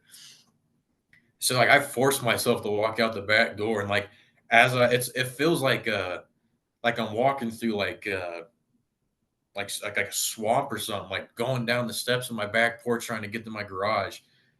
It was like I was struggling physically to get back there, and this thought is just screaming like top of its lungs, no, go back, go back. And I finally, I get into my car, I turn it on, and I just like peel out of my driveway. I leave the back door wide open. I leave the garage door open, and I'm driving, and I'm going to my parents' house at this point, and I'm driving down the street, and the thoughts keep getting louder and louder, like you're, and I knew I'm going to my parents, but the thought was screaming, your mom can't do anything for you, and I'm like, specifically my mom. I'm like, Yeah. "My mom? What?" I'm like, "Okay, so now I know this is something going on." It keeps screaming, and finally, like, I get out of the city limits, and it just stops, and I take a deep breath. I'm like, like, my parents live about 20 minutes south of me, so, like, I pull up to their house. At this point, it's, like, midnight. I was surprised they're still awake, but, like, I have a key, and I let myself in, and my mom and dad are sitting on the couch, and they look at me. They're, like, surprised. I'm like, "Are you all right?" And I just bust out, and I start crying. And I told him what happened. I'm like, "I have no idea what just happened. I've never experienced anything like this before." And my dad just gives me like the most solemnest look. And my mom's like, "You're staying here tonight. We're going to church tomorrow." And, or yeah, we're going to church tomorrow. And then I'm going over to your house tomorrow morning and I'm going to bless it. And I'm like, all right, all right. And I'm like, I'll go with you. And she's like, no, like whatever it is attached to you. Like you come back. I don't want to deal with that. I'm going to do it on my own. So we go to church, and we're not going to the same church now, but like at the end of the sermon, I have one of those watches that records your heart rate and all that stuff. And like throughout this whole sermon, like I can feel my heart rate rising. I feel like I'm getting pissed off, and I'm sure enough, I'm looking at my watch. My heart rate's like 120 beats a minute. Hmm. And my mom sees me looking over at my watch. She's like, "What's your heart rate?" Just whispers, and I show it to her. She's like, "Yeah, we're gonna have him pray for you." And I'm like, "Okay." Like I didn't say it, but I was apprehensive. I'm like, "Yeah, okay." Right. So at the end of service, he's like walking back, and my mom just kind of waves him down, like, "Hey, like, would you mind praying for my son over here?" And I'm probably giving him the ugliest, dirtiest look in it someone could give. And he kind of gives me a look, and he's like, "Okay, I understand what's going on." And he like puts his hand on my shoulder, and like I physically didn't feel it, but like I winced, I'm like in pain, but I didn't feel it. I'm like, "Ugh." And he started praying, and he's like, you got to agree with me on this. He's like, you have to pray with me. And like I know I have to, but like I can't. I'm like, okay. So he starts praying. I start trying to follow his words, but like it's not coming out. It's like gargled, blah, blah, Mm. blah, blah, like like a stroke or something. Right. And he's like, you have to agree with me in this, and you have to tell it to get out. And I'm like, all right, I'll try my best. He's like, he kept repeating it over and over, and I literally could not do it. And eventually, it just stopped. Whatever it was, it just stopped. He's like, "How are you feeling?" I'm like, "I feel better now." That was weird. I looked at my watch, my heart rate went back down. He's like, "All right, man." He's like, "I think you're good." He's like, I don't know. I mean, we'd have to sit down, actually do a little further into it." But I'm like, "Yeah, all right." But I never ended up doing that. But my mom went to the house. She took me back to their place and went up to my house and blessed the whole house. And then she calls me. She's like, "All right, you can come back up here now." And so I go up there and I'm like looking around the house. It feels totally different now. It just feels lighter. Thank God. Yeah. Oh man, this is like I can breathe air. It was so heavy. She's like, "No, I felt it when I walked in. Like I walked in, I just felt off." And she's like, what did you do?" And literally the only thing I could think of is that this girl that I went on a few dates with told me that this Hat Man entity followed her and her brother. Then a week later, this happens. Yeah. I don't know if she sent it after me or if this thing was following her, and then it kind of like looked at me. He's like, "Oh, dude, this guy's done some stuff." He's like, "I'm gonna stick around and hang out with this guy for a little bit." Yeah. I have no idea, but whatever it was it felt like it was trying to take my body over. Mm. It was odd, but yeah, like I'm walking around the house. She put crosses on every single window, every single door frame. She put them on my drums, the back of my TV, like anywhere that you would think to put something, she put it on there. And it took her probably like a few hours.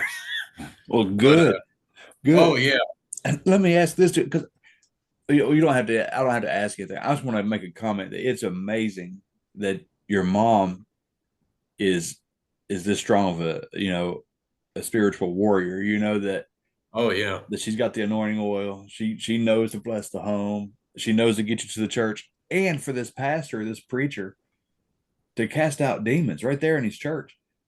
You know yeah. that's not a very common thing to do in church.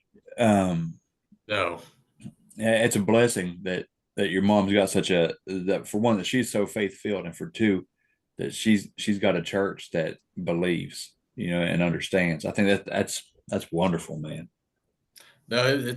They said they were non-denominational, but they were definitely Pentecostal. But That's I loved it. I loved it. I mean, like all the high energy, everyone dancing around. I'm yeah, very reserved, but like every time I'd go to church and I'd see everybody jumping up and dancing, I yeah, just put a big smile on my face. I'm like, man, that's the kind of energy I want to be around. yeah, man. That's the same as our church. Our church is tiny and it's non-denominational, but it's Yeah. definitely Pentecostal. Oh, And our pastor, yeah, I'm super close to him, but he's like, I'm more reserved too. Like I'll say amen, I'll raise my hand, but yeah. that's about as far as I go. And he's like, Bo, one of these days, I'm gonna hear you shouting. You're gonna blow the roof off this place. And I'm like, well, I don't know. That's just not my personality, but Yeah, exactly. I would love it if it happened. I would love it, but Oh, yeah. No, it yeah, I'm was sorry. I didn't mean to interrupt. I'm just thinking, man, I love that Holy Spirit filled mom and in church. I think it's great. no, yeah, yeah. My mom has been a very, very powerful figure in my life along that aspect and whatnot. Very awesome, and I'm very happy and lucky to have her as my mom. My Yeah. dad's great too. Don't get me wrong. Right. Mom's definitely a little more into it, and in these later years now that dad's retired, he's getting way more into it as well, which is awesome. Yeah, man. But yeah, no, without my mom, I don't. A lot of this stuff probably would have gotten a lot way worse. Yeah. But yeah, we were going to that church for a while, and I don't know if do you know who Perry Stone is? I don't. He's a pastor down in Tennessee. Uh, I can't remember the name of the town, but he very prophetic type pastor, and he came to that church at the time. I think it was around 2016. He came up to that church, and he was having like a conference or something. I think that was the whole election year and all that, Yeah. and me and my mom wanted to go. I'd been reading up a lot about Perry Stone and all that. And I'm like, yeah, this will be cool. So like we go sit down. There's like a bunch of people I'd never seen before, just because he draws a crowd. But like one dude stood out to me. He was a bigger, overweight guy, like heavier set, and he sat down at like it was pews, but like he sat down like at the end of a pew, like 3 or 4 seats in on the other side of me, and Perry's doing his giving his sermon and whatnot, and this guy over here is very vocal, like "Amen, Amen," all this stuff, but something the pastor said he did not agree with at all, and he's like, "No, blasphemy, blasphemy!" He just keeps screaming it, and like everyone's kind of like looking at him, and Perry kind of looks at him. He's like, "No, man, this ain't blasphemy. Like this is the Holy Spirit." And he starts talking in tongues, but then this guy comes back. He's like, "Well, I can do that too." But it wasn't tongues, and I've heard of like a demonic tongue, Yeah. but it sounded so off, and he was getting so angry, and he just keeps screaming in whatever tongue that he was speaking in back at Perry, and like everyone's just kind of like sitting there watching this happen, and all Wow. of a sudden, like the pastor's like, "Yeah, no, like you're not a part of this. You need to leave." And this guy, like he was like 3 seats in from the end. But again, this guy was overweight. I would probably say he was probably close to like 400 pounds. Big dude.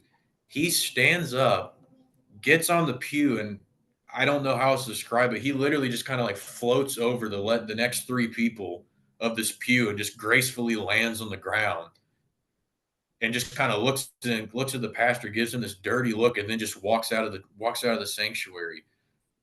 But like I saw that happen. I look at my mom, I'm like, did you see that? She's like, yeah. I'm like, that dude literally looked like he floated over 3 people to get out of the pew, and he's a heavy set dude, and he didn't it didn't shake the ground or anything like Right. that. It was literally like boop, just float. It was so weird. That is wild. Oh yeah, I think he stuck around afterwards outside. I don't know what happened to him after that, but that was a weird one. Seeing that like actually happen in real time. Yeah, It man. was like you had the double take. I'm like, are these guys gonna let him out? And then he just nope, he just floats over, and I'm like, wait, what just happened? But Man. yeah, I don't. Demonized. Yeah. Yeah, exactly. Mm. Ugh, but yeah, I'm trying to think.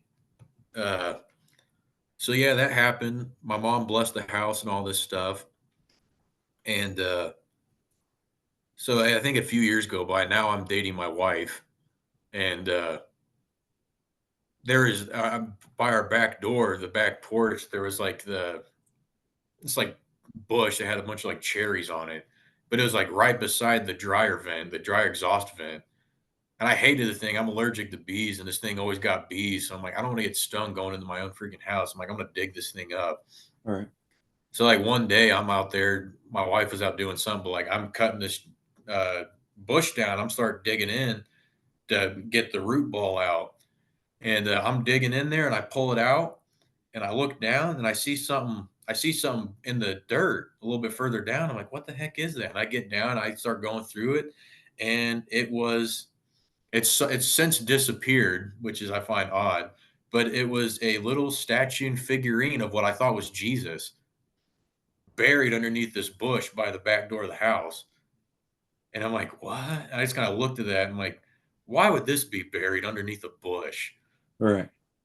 I'm like, I don't. The more I looked at it, the more I realized this isn't Jesus. It's a saint or something. I didn't know who the saint was, but All right. either way, it was like this little figurine, and I kept it in the drawer in here. I didn't want my wife to find that because again, she didn't.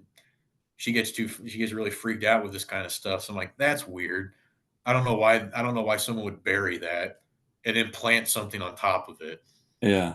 Unless it was to bless, bless the property or bless, for that to be to bear good fruit, maybe, or Yeah, I thought it was weird, and I ended up cleaning it off, and I took a picture and sent it to my dad. I'm like, "Look what I just found buried underneath this bush by the back door." Wow. And he just replies back, he's like, "You probably should have left it there." And I'm like, "Yeah, I probably should have, but I didn't want my wife find or my girlfriend at that time finding it." And it was literally just like probably about a few months ago.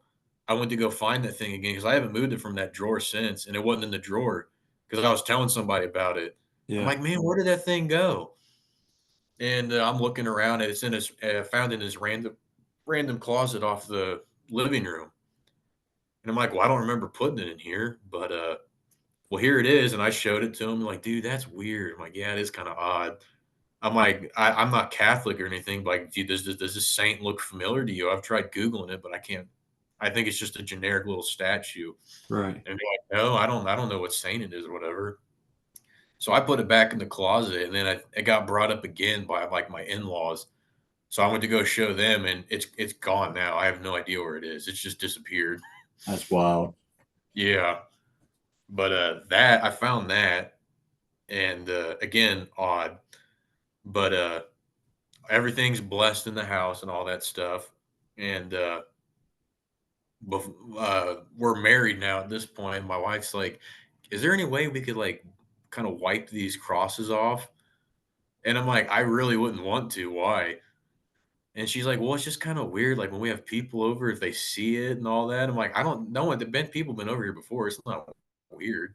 She's Yeah. like, "Well, all right, that's fine then. That's fine."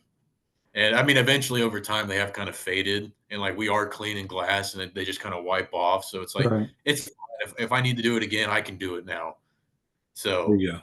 uh, but that's happened over the last few years, and then other things, which is again, I don't know what ramped it up, but stuff started happening again, and it always be up in the room where I set my drums up, that wood panel room off the guest room, and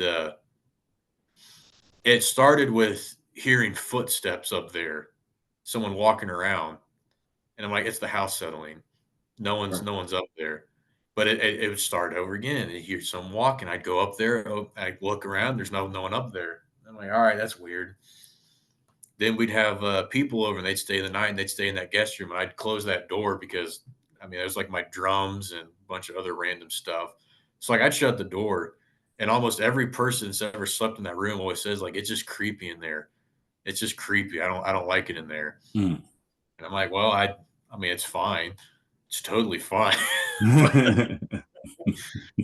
But everyone's always had a weird feeling when they sleep up in there. But I remember one night, it was like I think it was my wife had gotten COVID, and I work at UPS. They don't really give us a whole lot of sick time. If they don't give us any. So Right. like if I'm sick, I still have to go to work. So I'm like, well, hey, I love you, but I'm going to sleep in the guest room. I need to be able to work. So Right. there for probably about like a week, I was sleeping in that guest room, and again, I slept fine. But one night in particular, I woke up, and I don't know if it's like a sixth sense or whatever, but like I could feel that something was in the room. I can't see it, but I can like pinpoint wherever it's at in the room, and it's like in the corner, and I can just feel like this wave of just like evil, just like rushing over me, and I'm like, okay, what's this? What's going on here? And again, it was kind of like mind speak telepathy. Again, it was coming at me. Why are you trying? Stop trying. You've been mine. Like, I haven't heard this since I was like 23, and at this point, I think I was like 28. You're mine. You need to stop trying. Like, stop. Mm-hmm. It's a joke at this point. You're not going to go anywhere. He doesn't want you. You're mine. And I'm like sitting here again. I start praying. I'm like, name of Jesus, get out of here, man. I There don't. you You're go. not in here. I don't want any part of you. You're not welcome. Get out. Get out. And it's weird, but and I can't describe it, but like I couldn't see it. I knew it was there, but I just got this sense that like whatever this entity was, I got the sense that it was Satan. Whether it was actually the the man himself or not, I don't know. Right. But like that was just like the sense that was instilled into me. Like this thing goes by Satan, and Mm. that's weird. But Yeah. like the fact that I'd heard it before when I was a few years younger, I don't know. It's just odd. Now I'm sitting here thinking, like, did I do something that would warrant like this thing to keep coming at me saying I'm his or whatever? I don't know. I'm Yeah. sure I probably did when I was 17 doing all that stupid ghost hunter stuff, but I don't know. But time goes on, and I was listening to the confessionals, and he had I forget, it was her name's Stephanie, but she was with like Centurion 813, the prayer group.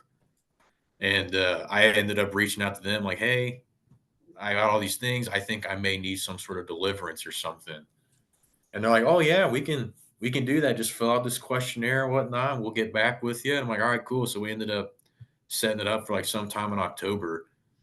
But I set that up. I mentioned a lot of the stuff that had been going on. Yeah. And so it's like a few months until October. I think I did this in like August or something. And after I sent that email, more stuff started ramping up. I'll bet. Yeah. And I didn't put two and two together until I actually got to that point. I'm like, oh, this makes way more sense now. Yeah. But it got to the point where like every time my wife would leave the house for like a trip or going out with like her friends or something, and I'm there by myself, stuff would happen. And there was one night I go to bed, she's gone. She had just left that day, so I go to bed and I'm laying there and I hear something walking up the stairs of the house going, and it walks right up to my bedroom door and just stops. I hear the footsteps.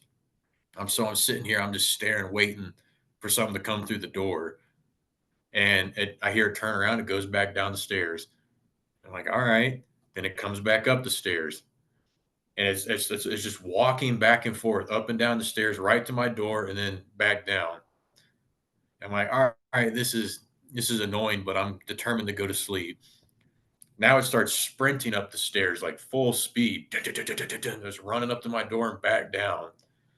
And I'm like, dude, I just want to freaking sleep. Let me sleep.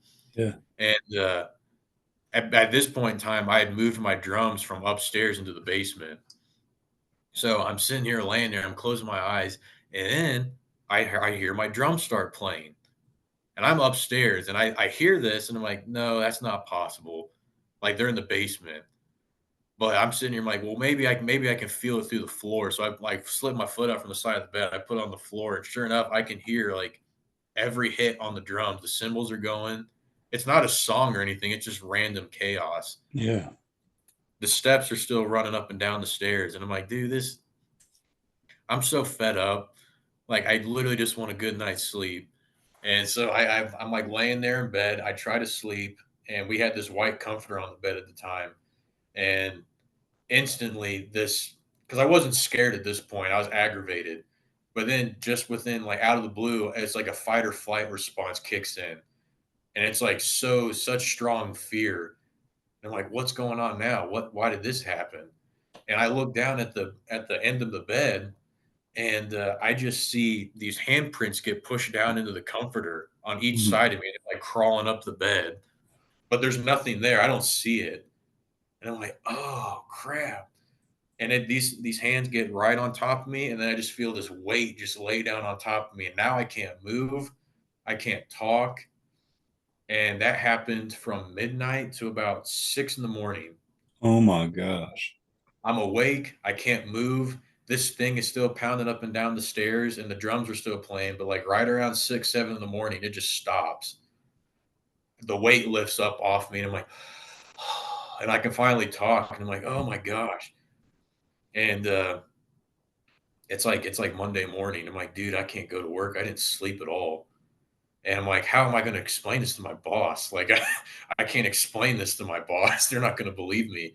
Right. So I just end up texting them like, hey, sorry, I'm not feeling the best. I can't make it in today. And I ended up calling my mom, told her what happened. And she's like, do you want me to come back up there and bless the house?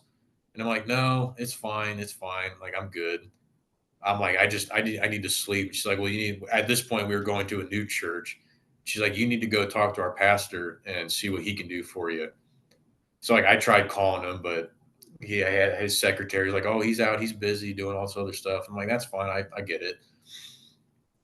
I ended up falling asleep on the couch from like 7 in the morning to about 1 in the afternoon. And my wife, when she moved in with me, she had a cat. So like I wake up and the cat's on my chest. I'm like, oh hey, and I'm just like petting the cat. Everything feels like it's back to normal. I'm like, yeah, no, I'm good. I'm good now. So I'm just lounging around the house, and at one point, like I go upstairs to grab some sweatpants. So I go up the stairs. Cat follows me, and I put my sweats on. I go back downstairs, and I stop, and the cat stops, and then her ears perk up, and she's like kind of trying to look down the edge of the staircase, but you can tell she doesn't want to go down the stairs. And I felt something too, and I'm like, "What is that?" And I look over at her, and she's hearing something. I'm like, "All right, well, this is proof to me that there's something going on." And we start sitting there and we start listening, and I hear bare feet walking around on the wood floor in my kitchen. Like I don't That's like a distinct sound, Yeah. like the barefoot on the wood floor. I just hear it like pitter pattering around. And I'm like, what in the world is that? This is so weird. I'm just sitting here. I'm not moving. I'm just listening. And as soon as I pull my phone out to try and record it to say like I have proof, I look at it, my mom texts me, "Hey, we're in town. We stopped by to get some food. How are you doing?" And I'm like, again, I don't believe in coincidence. I'm like, weird that you text me. Like someone's walking around in my kitchen right now. Immediate reply is, "I'm on my way. We're gonna be there in like 3 seconds." Amen.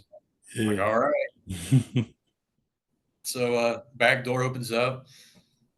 Mom and dad come in. Mom's like, "Hey, how's it going?" And she kind of looks at me and just kind of smiles. She like leans in and whispers. She's like, "Just act like everything's normal. I'm just gonna go about and do my thing." And I'm like, "All right." So like me and my dad are just sitting here talking, and the way my living room is set up, you can sit in the living room and look at the TV, and there's like a doorway that leads to like the hallway that would go to the kitchen, another room, and the bathroom. Well, the bathroom has a window in there.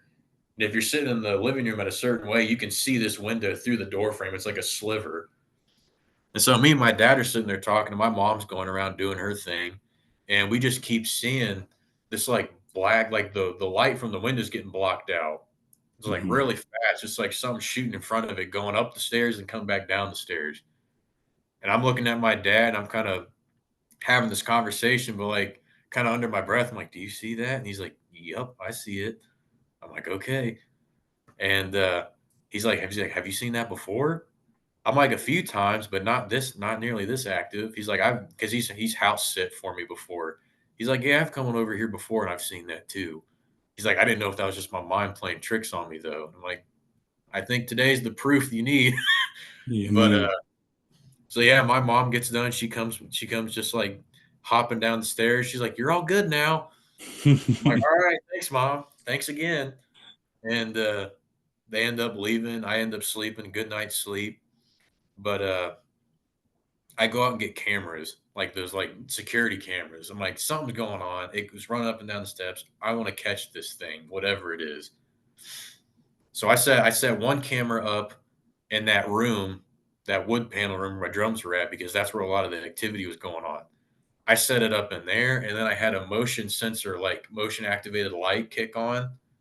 I turned the motion activate on, and I left it in the middle of the room. So if I hear somebody walking around in there, that light's going to kick on, the camera's going to catch it. I've got it. Good deal. Like checkmate. And then I Yeah. set another camera up outside that room facing the door. That way, if the door opens up, or whatever, I've got that too. So that next night, I have these all these cameras set up. My wife's still gone, and I go to bed. I go to sleep for the whole night. I don't Nothing really happens to me. But like I wake up the next day and I check the footage, and it's two cameras. And the one camera in that room stopped recording as soon as I went to bed. What? Yeah. Like as soon as I went back and I took the camera out to check the footage, nothing. It stopped recording as soon as I went to bed, and it started recording as soon as I woke up. And I'm like, there's no way that's a thing. But the camera outside the room was still stayed on. and I got a video of that. I don't think I'll be able to send it, but the door's shut and there's like a gap under the door, and you can see this motion activated light kicking on all night long, just ding, on off, on off. I didn't hear any footsteps when I was sleeping, Yeah. but like I mean, it was probably like 6 7 hours of this light just turning on and off like all night long, Man. and I'm like, all right, that's something. So I just decided to leave the cameras up. I'm like, if it stopped recording, then I'm just going to leave them recording all day, every day. Yeah. And wife comes home at this point. Everything's fine.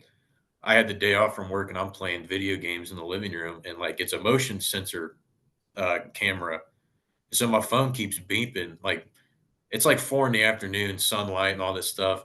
Motion detected up in that room. Motion detected. And I'm like, I look at the camera and there's nothing in there moving other than like cars driving by on the main street and like the light refracting, like moving around.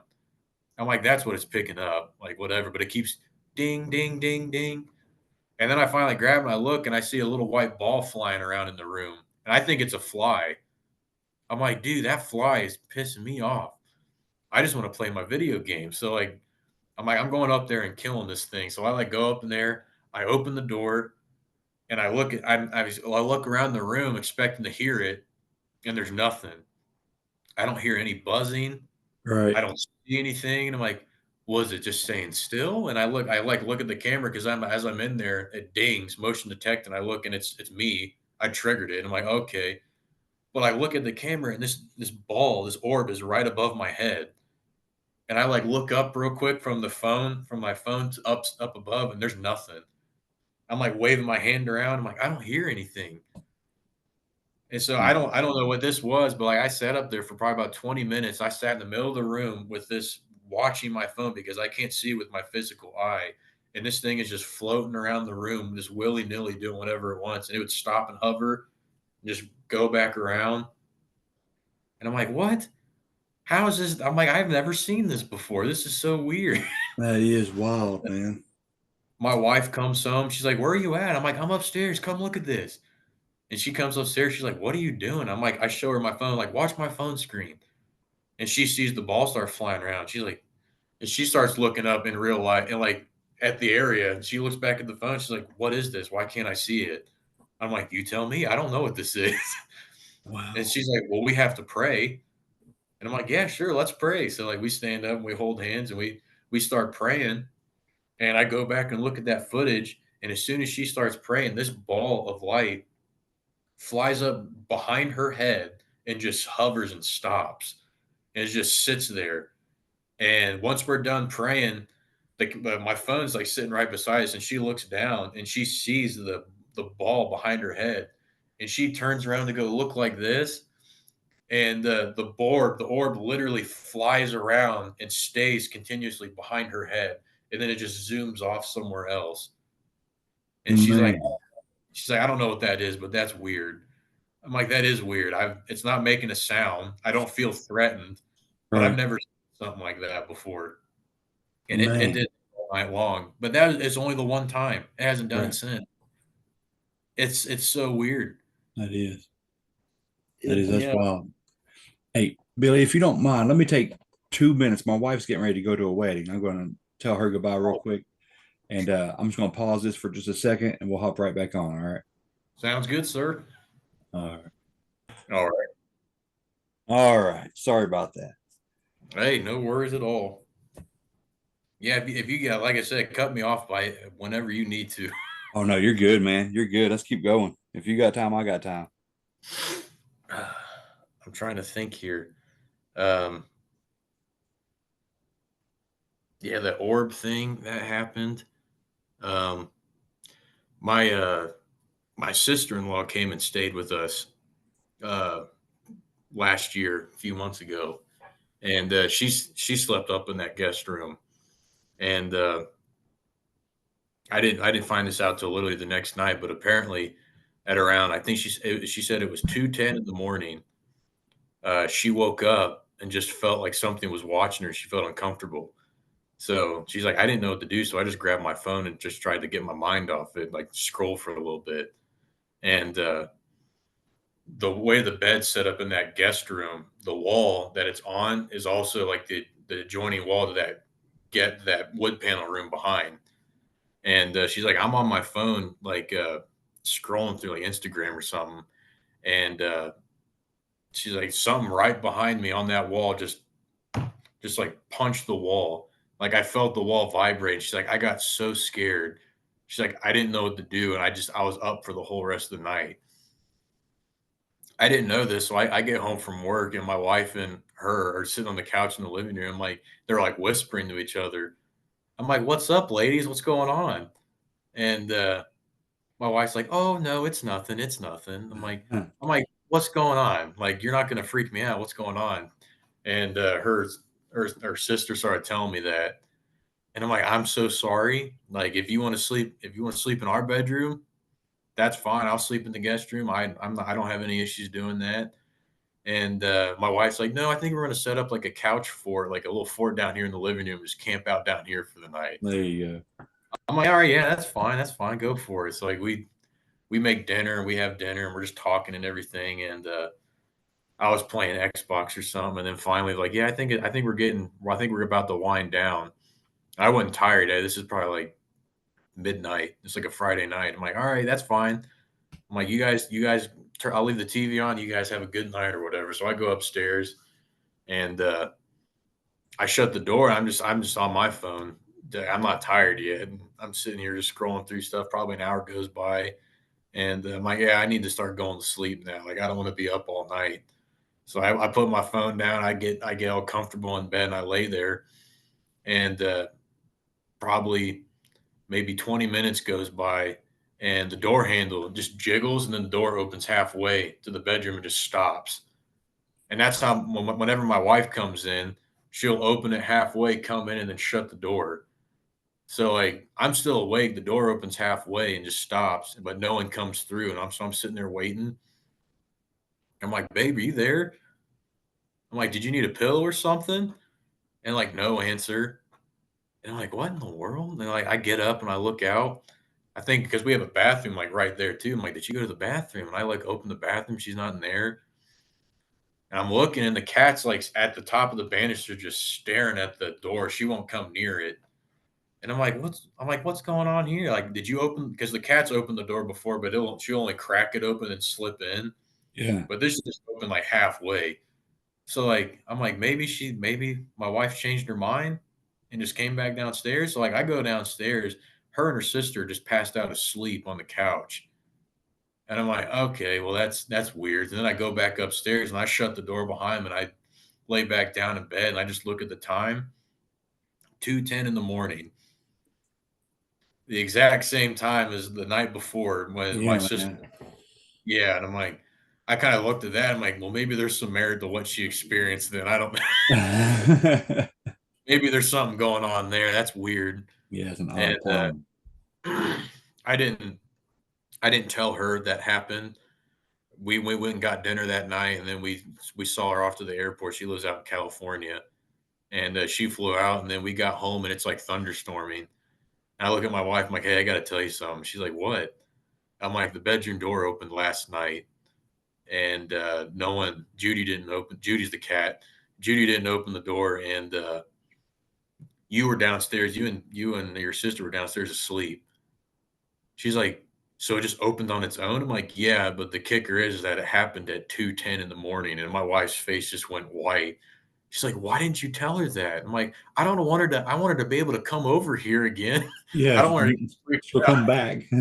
Yeah. And she's like, well, what do we got to do? I'm like, I just pray. I mean, I didn't feel threatened or whatever, but we Yeah. just pray about it. And we're like, all right.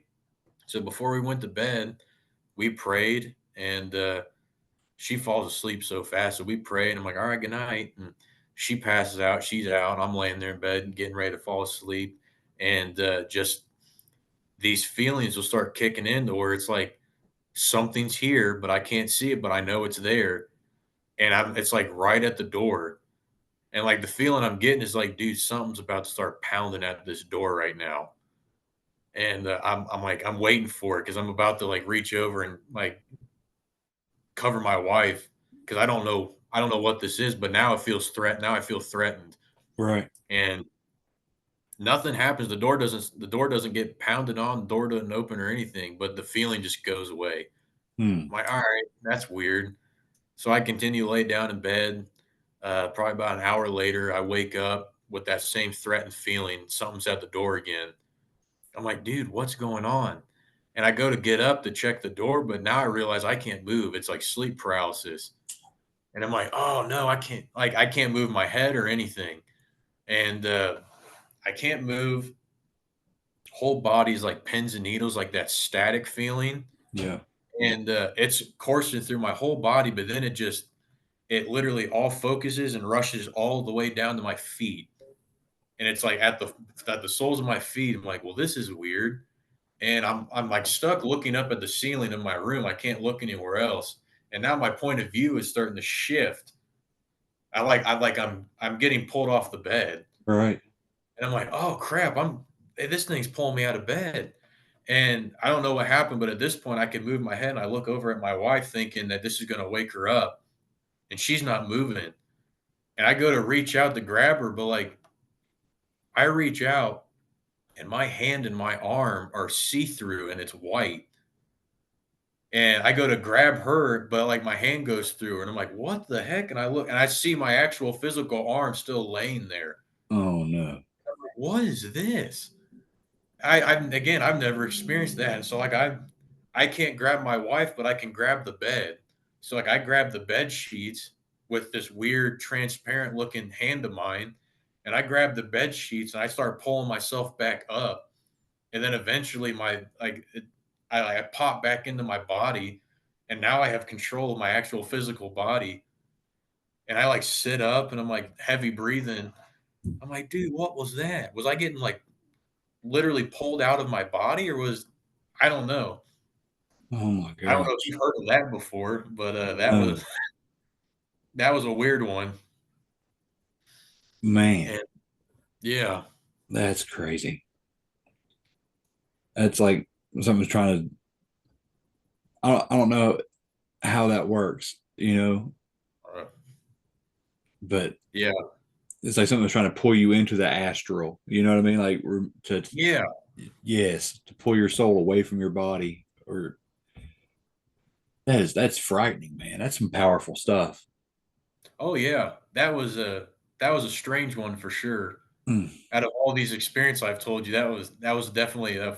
I've had a lot of firsts recently, but Yeah. that was a weird one. I can't explain that one. I even told my wife that, and she's like, "You were dreaming." I'm like, "I was so awake, it's not even funny." Right. I'm like, "I know I was wide awake." Yeah. Like, well, I don't know what to tell you. Uh, it was weird. Um,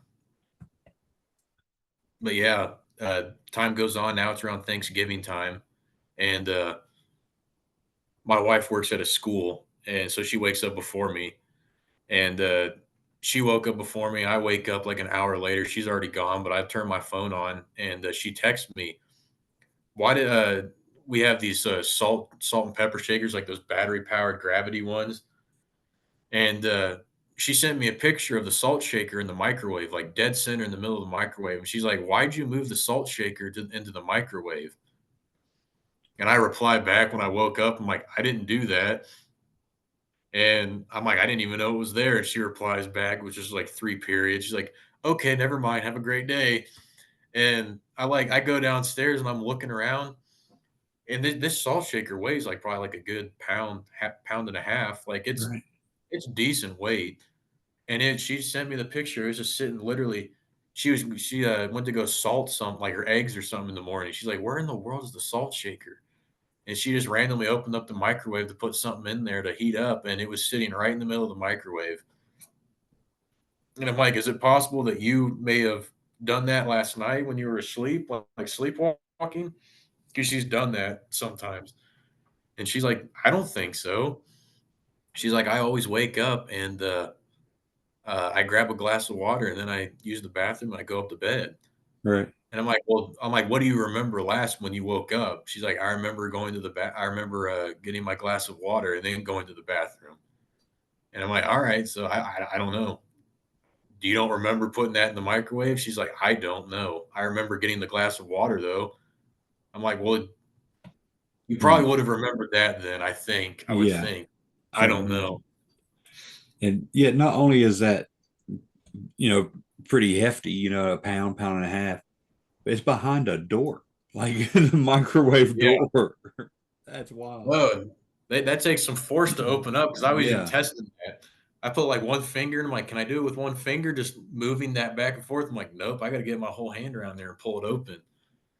It it was strange. And again, that's the only time that's happened. But Yeah. after that, I set one of those cameras up in the kitchen and just had it running all night long, thinking I would catch something, but nothing. And we had all this family over for Thanksgiving, and one of them saw the camera up there. "Why do you have a camera on top of your fridge looking at your oven in the microwave?" I'm like, "It's a long story. You don't want to know."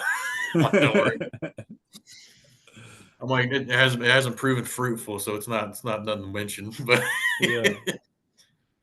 but yeah, ever since like stuff like random stuff will just kind of like fall off shelves. We have this basket on the back of our toilet that has like the toilet paper, like air freshener, all that stuff. And it's a hefty basket, but neither of us were in the bathroom. We're just sitting there watching TV, and we just hear this loud bang. And I'm like, "What was that?" And I look over, and I get up and go to the bathroom, and the basket's upside down in the middle of the floor in the bathroom, and everything's just spread out all over the bathroom floor. Mm, And my wife is like she's like a couple feet behind me, but again, she's just freaked out. right. And I'm like, "Yep, that happened." She's like, "I don't want this to happen, like, continuing on. It's like, do we have to move?" And I'm like, "I don't think so. I think whatever it is just gonna keep following." Yeah. Yeah, because that's what I'm picking up here too, man. I feel like whatever it is, it's not your location. It's something's something might be attached to you, you know. Yeah. And it's telling you as much that it it feels like it has ownership or whatever. Um, and you went through the beginning of deliverance, right? Oh, yeah. With this passing. Yeah. Did you ever finish up? Did you go back and I did not go back to him, but I forgot I did do that, Centurion 813, and it yeah, was, like, on a Zoom call, and, it was, like, 3 hours, but it was, like, just 3 of them praying over me and whatnot, and I'm just sitting there, and I felt bad at first because I started getting really sleepy, and they picked up on that. They're like, "Hey, don't worry if you fall asleep. That's totally normal. Like, don't worry about it." I'd never gone through anything like this before. I'm like, "All right, that's fine." And so I'm sitting there. They keep doing their thing. I end up falling asleep, and I wake up, but like I have the worst headache.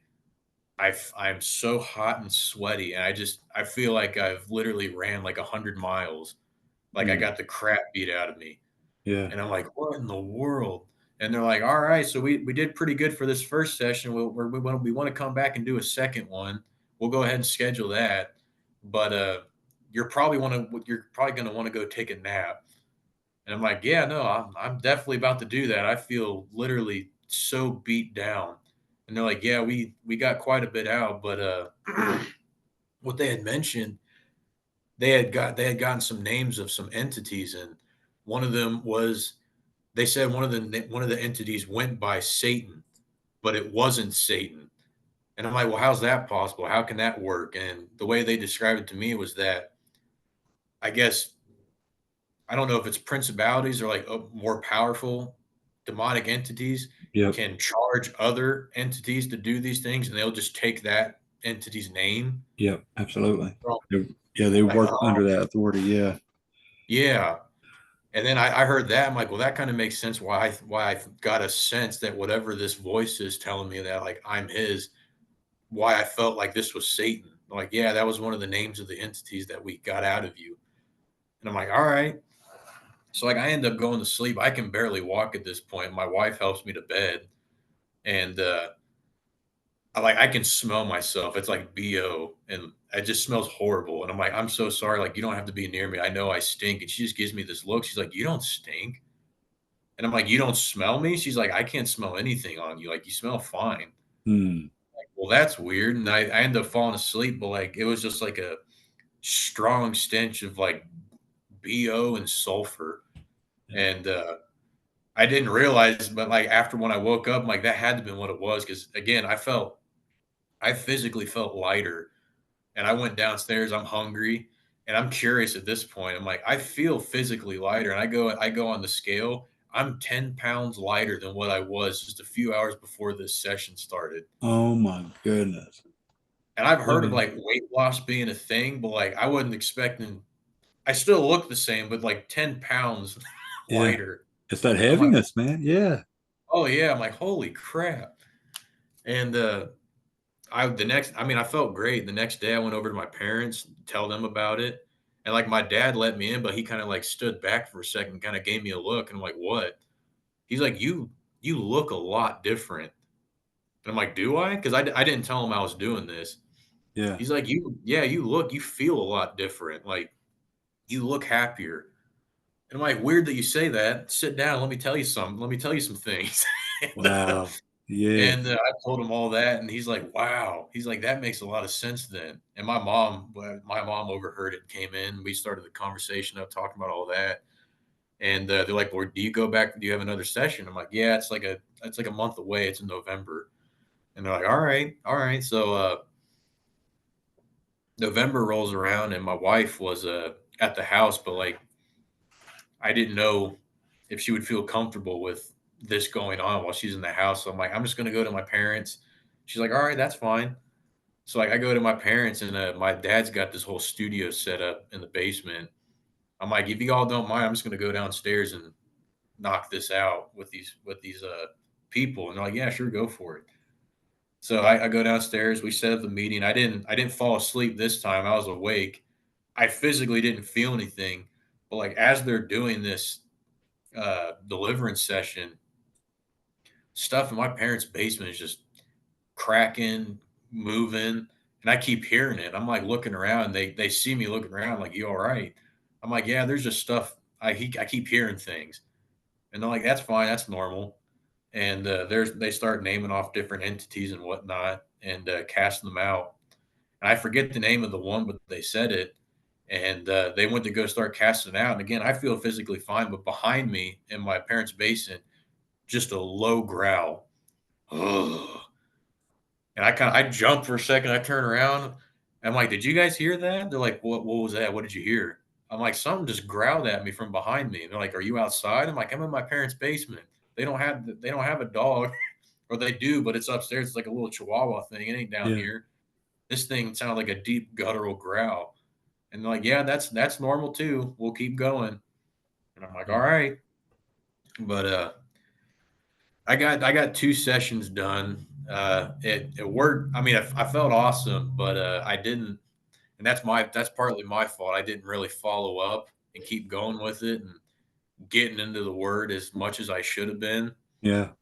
And like it says in the Bible, when like you cast one out, if you don't do anything, I'm going to come back 7 times, Yeah, man. 7 buddies, and I think some similar along those lines may have happened since that second session to now.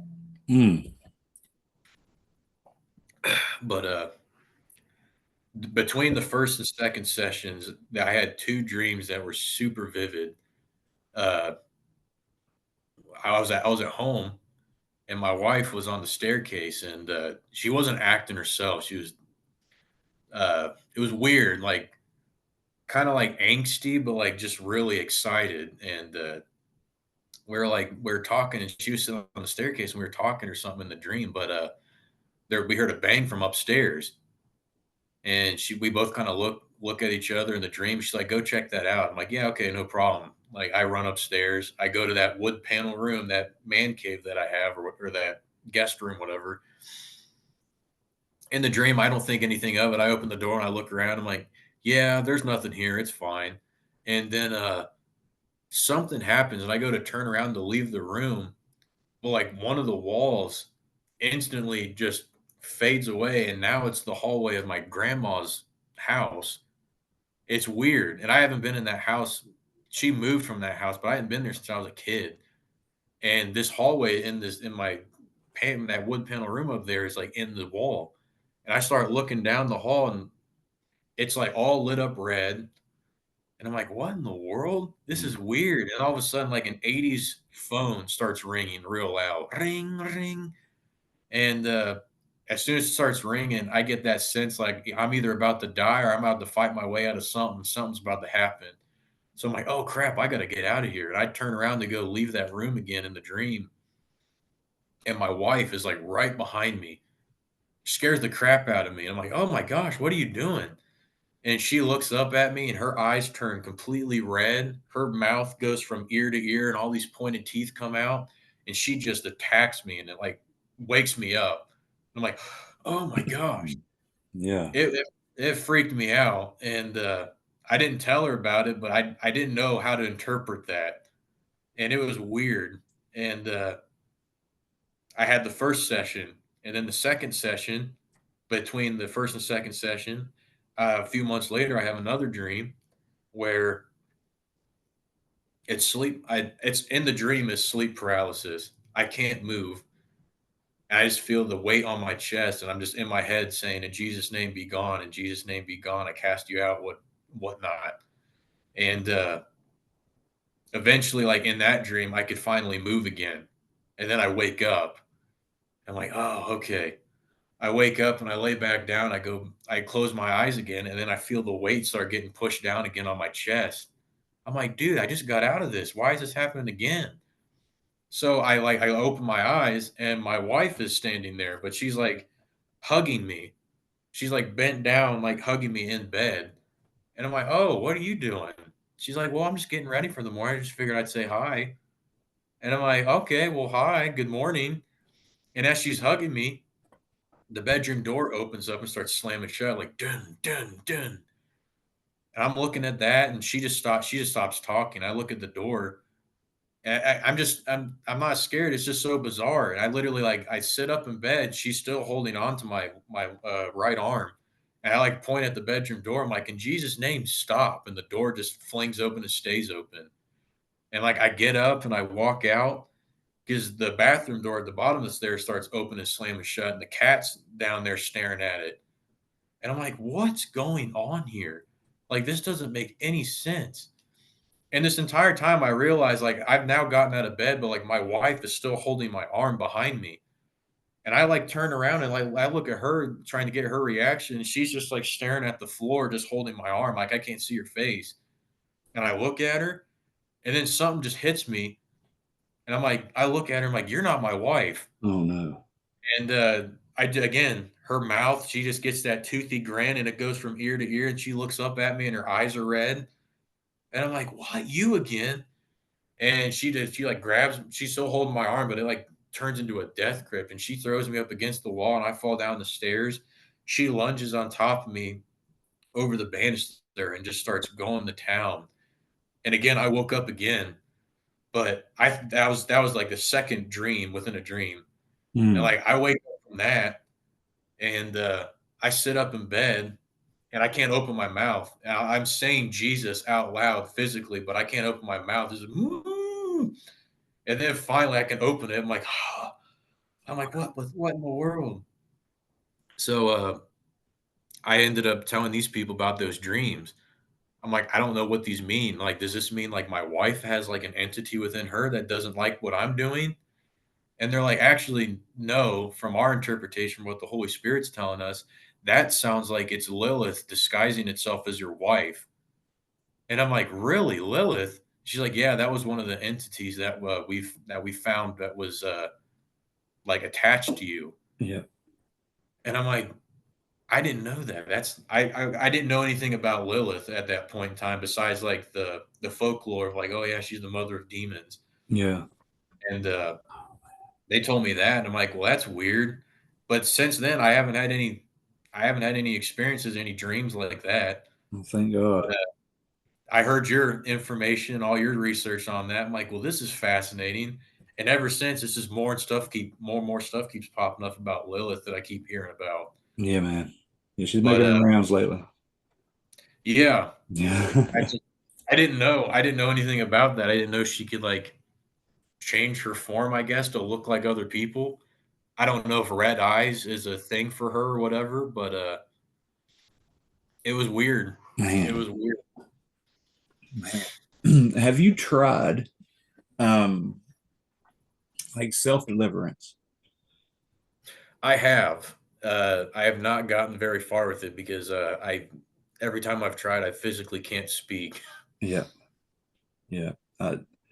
Um, because I've had to do that before, and it's like I don't get very far into it until I start dry heaving, and you know what I Yeah, mean. And then you just got to push through it. Got to keep going until you feel it lift off or whatever. But that's what I'm thinking, man. Um, if you could repent, you know, you may have already done it, but repent for any little thing that you can come up with in your mind. Humble yourself to the Lord. Let Him know that you can't do this without Him. hmm Repent, renounce all the stuff that you've ever messed with, yeah, and you know, you cast it out. You tell stuff to leave in the name of Jesus, and that's wonderful. That's exactly how to do it. But to not want it to come back is a big part too. You know what I mean? yeah, Because that's a part of it for all of us. I think, like especially if we get into this kind of stuff. Like I don't want anything bad at this house, but there's been oh, several times like when something happens, I'm like, well, this is kind of cool, you know. exactly. And then we have to get that out of our heart. That's a big part of it. You know what I mean? Because it's almost Yeah, like an invitation back. You know. yeah, So yeah, that's what comes to my mind, man. Is self deliverance. mhm. Repent and renounce it. Like cut it, cut it out. If unless you want it to be around, because whatever it is thinks No, it's got a stronghold. You know. and like you said, it was like any of these experiences I've ever had. Now that I'm older, my first thought is, "Oh, this is cool," Right. but like my first thought also isn't, "I need to cast it out." It's more or less, "I want to sit here and see what happens," and I Right. know that ain't right. But, it usually takes me a little bit before I'm like, "No, I have to get this to stop." Yeah. Then Yeah. I'm like, "Alright, no, yeah, in Jesus' name, you gotta go." That's it, man. Excuse me? That's it. Because it was I went back and forth with that. Doing this show the last 4.5 years, I've had stuff happen in this house, and it would be directly after one of these episodes, and I know that things came through. I know it Yeah, did, and I'm like, initially, it gave me confirmation, like, okay, this is super real. But then when it affects the family, it's not yeah, cool. You know what I mean? Like it's got to go. I don't want my wife scared. Uh, mhm, it it's like a fine line. Because we're messing with it, but we gotta keep that. It's the armor of God. You know what I mean? Like yeah, it's our job to expose the darkness, and that's what the job is here: is to expose the darkness, but not to let the darkness in. You know, exactly, yeah. that's so. Yeah, man. These are some wild experiences, and I'm sorry that you went through it, but I know you take it with a grain of salt at this point. I can see that it's like it is what it is kind of attitude. You know what I mean? Yeah. My wife's kinda like, "Yeah, I don't understand how you can stay so calm." Right. And I'm like, "Well, it's happened a lot," but, there's even been some points where, like, we'll be in getting into an argument, and then something will just click, and I'm like, "Why are we even arguing?" And she'll look at me, she's like, "I don't know." I'm like, "Let's pray." And Amen. then we've prayed once. My alarm just went off. That was Oh, are we out of time? no, no, we're not out of time. I don't know. That was to remind myself to do something later, man. I'm sorry. No, no, no, you're good. Jumped out of my skin, man.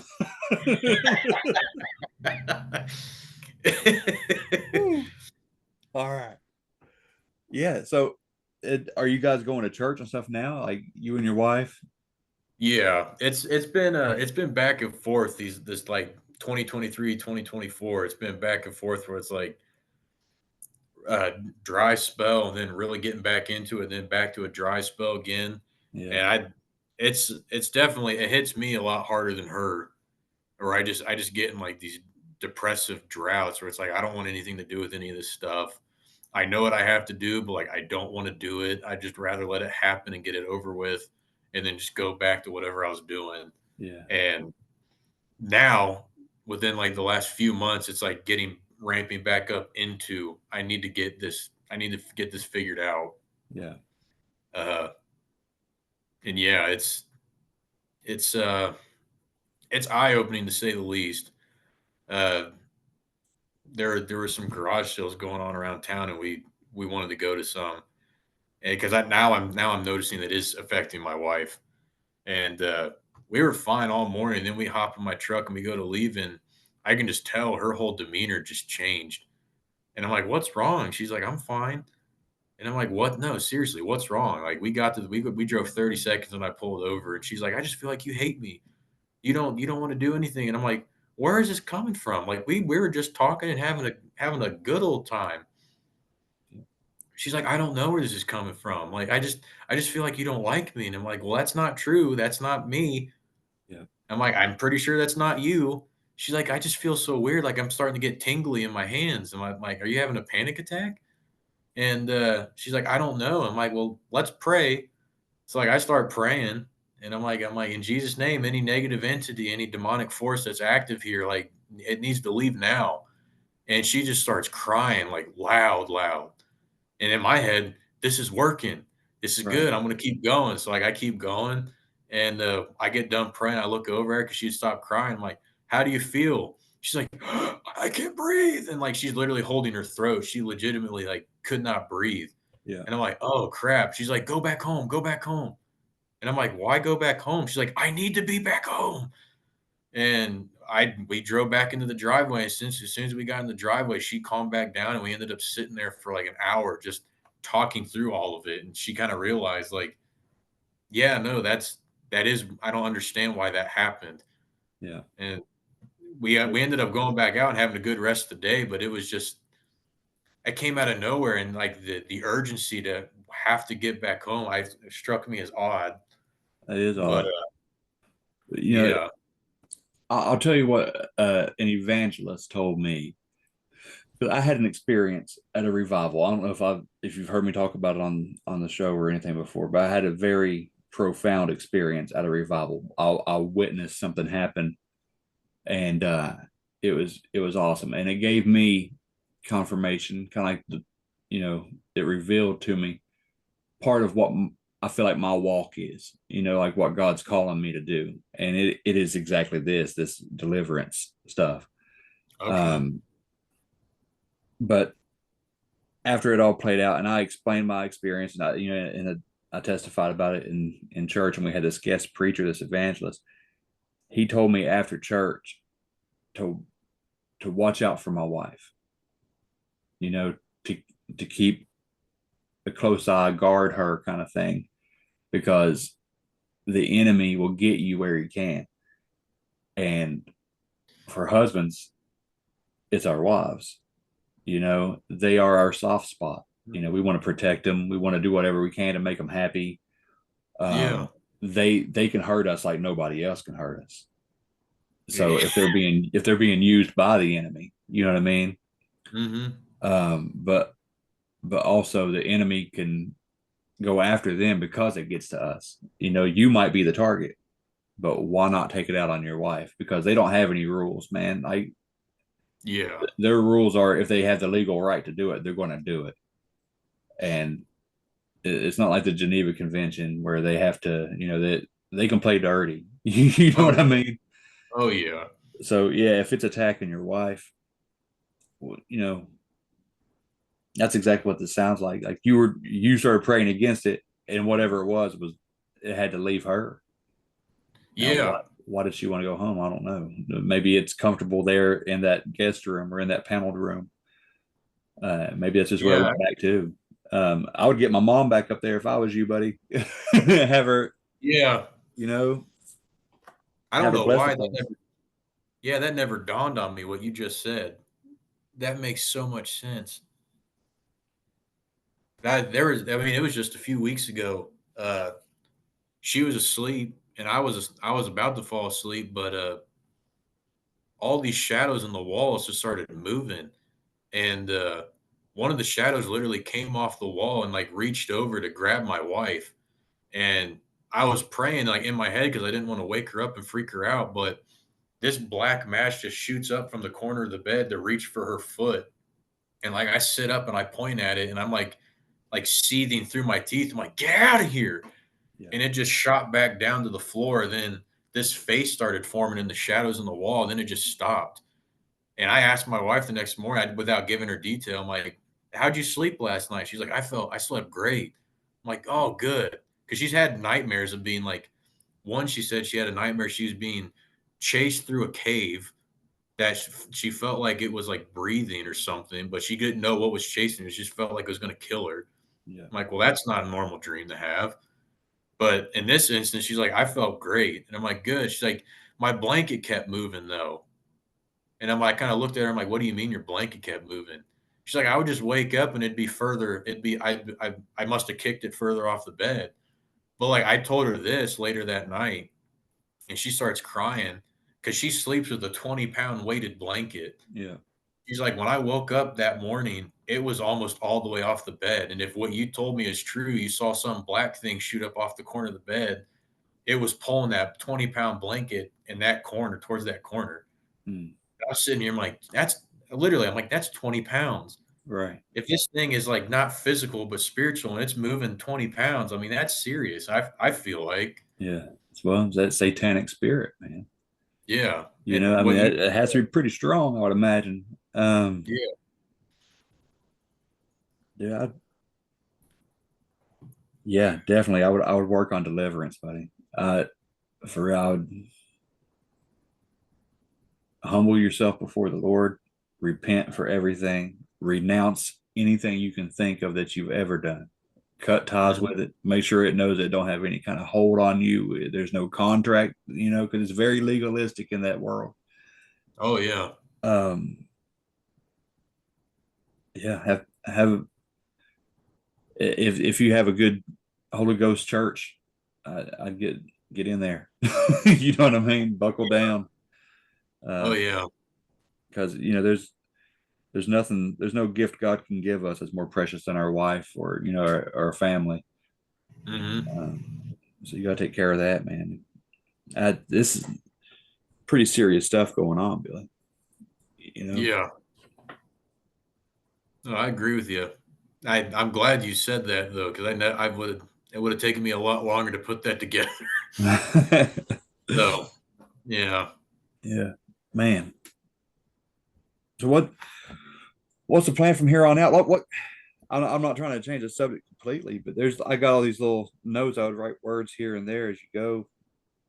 Oh yeah. No, go for it. Um, you said at one point your wife was wanting to wipe off the crosses, and the Mhm. reason was because it was kind of unsightly at the time. Maybe she a little maybe embarrassed that company would see it and start asking questions or whatever.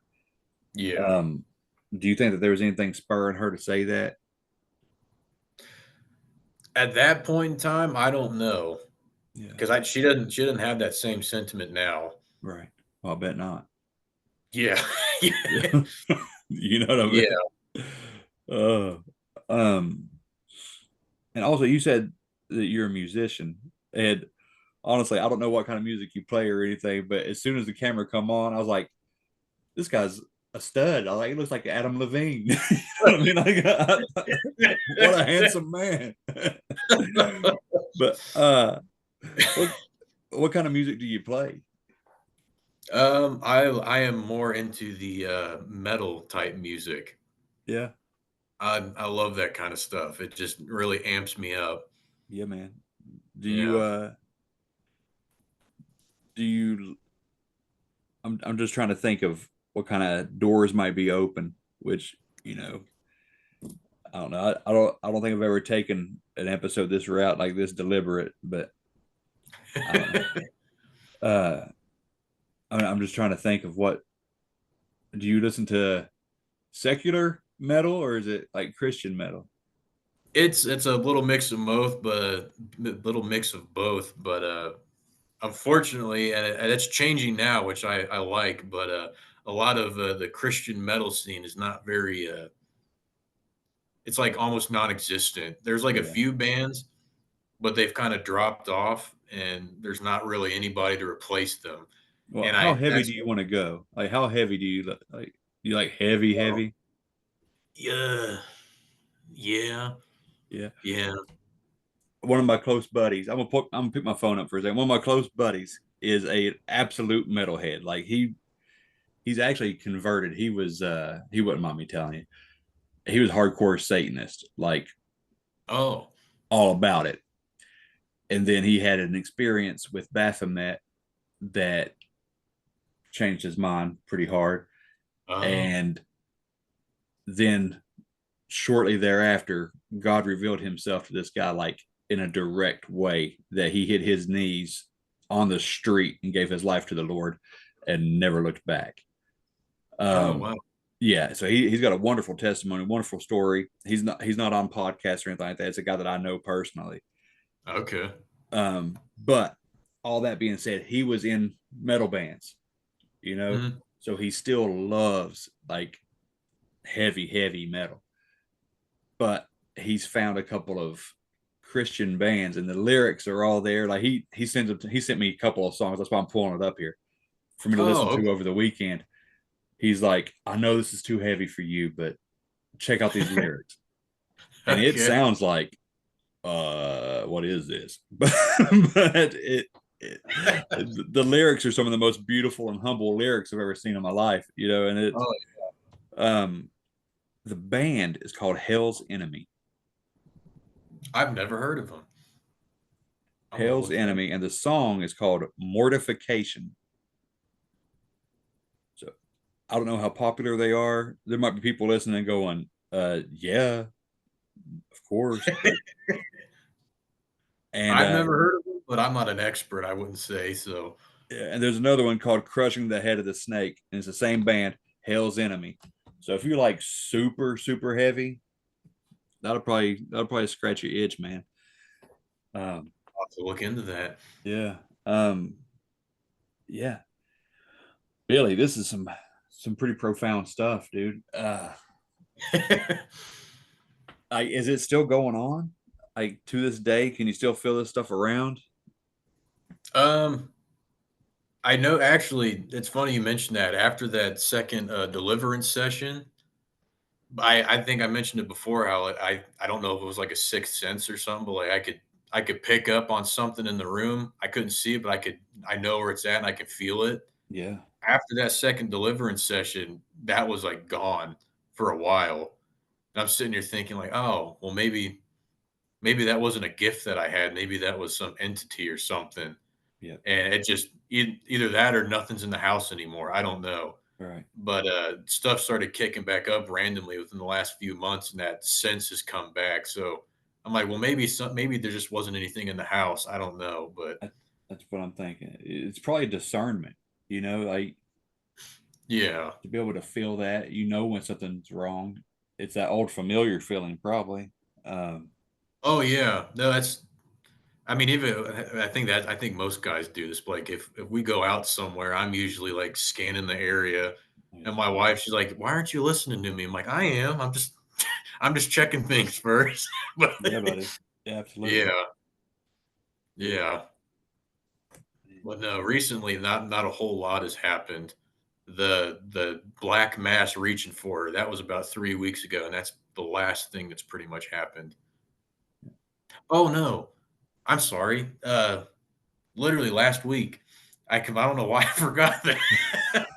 You're like, well, actually, uh, this morning, the devil was yeah, making me some eggs. yeah, yeah.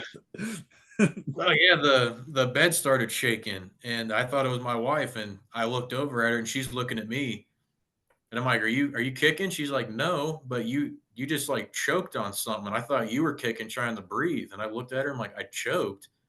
She's like, "I heard this sound, and then the bed started shaking." And I'm like, "I didn't make a sound. I didn't hear anything." And but as soon as we realized that, the bed stopped shaking. She's like, well, okay, we should pray. And I'm like, yeah, we'll pray. And then she passed out right to sleep like 5 minutes after that. But I don't. She said it sounded like a choking, gagging sound, and then the bed started shaking. Hmm. And I didn't hear this actual sound. I just felt the bed. But yeah, I don't know. I forgot that. That was literally last week. Yeah. Yeah. Wow. You have had a lifetime of experiences, man. Yes, sir. Yes, Um, sir. and your parents were Christian from childhood up. My mom was, and then my mom actually converted my dad. Yeah. Uh, and then yeah, he's getting more into it in retirement, which I think is awesome. Yeah, that is. I was just trying to think, you know, if this stuff's been going on since you were little, you know, sometimes people are like, yeah, my mom, you know, she was a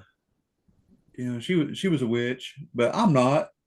But this demon's been with me, you know what I mean? And I'm just trying to think, like, was obviously there wasn't anything like that for you. It's just whatever this is, it's just kind of hitched up. Yeah, And I kind of went down that route trying to look into family history, yeah, but nothing. beyond my grandparents, it's a blank slate, and I have zero idea. That I don't even think my dad knew who his dad was.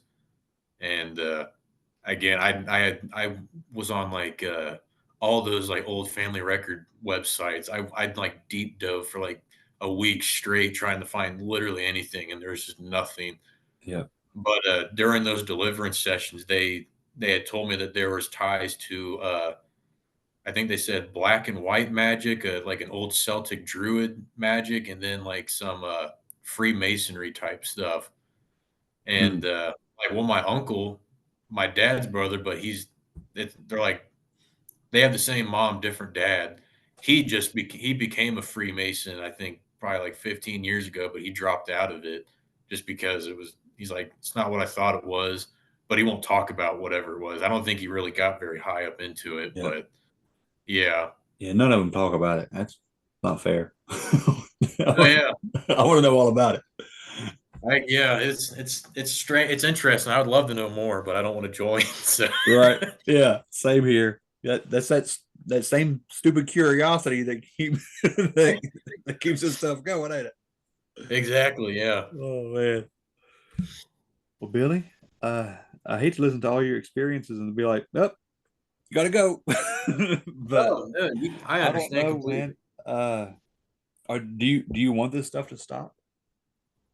Oh, yeah, yeah, I definitely would. I don't wanna have to have, my kids ever have to deal with this, and Yeah. I know that's a fear from my wife, like, if we have kids and this starts happening, like, what are you gonna do? Yeah. And I'm like, "Well, we'll get it taken care of, but, I'd rather not have them go through that because, as you can probably pick up, this has become such a normal thing for me. I would hate for that to be something that my kids would just eventually think is normal, Right. but we don't have any kids yet, but yeah. Well, it can stop with you, man. Yeah, that's the plan. Yeah. I want you to keep me posted, please. Oh, You know, definitely.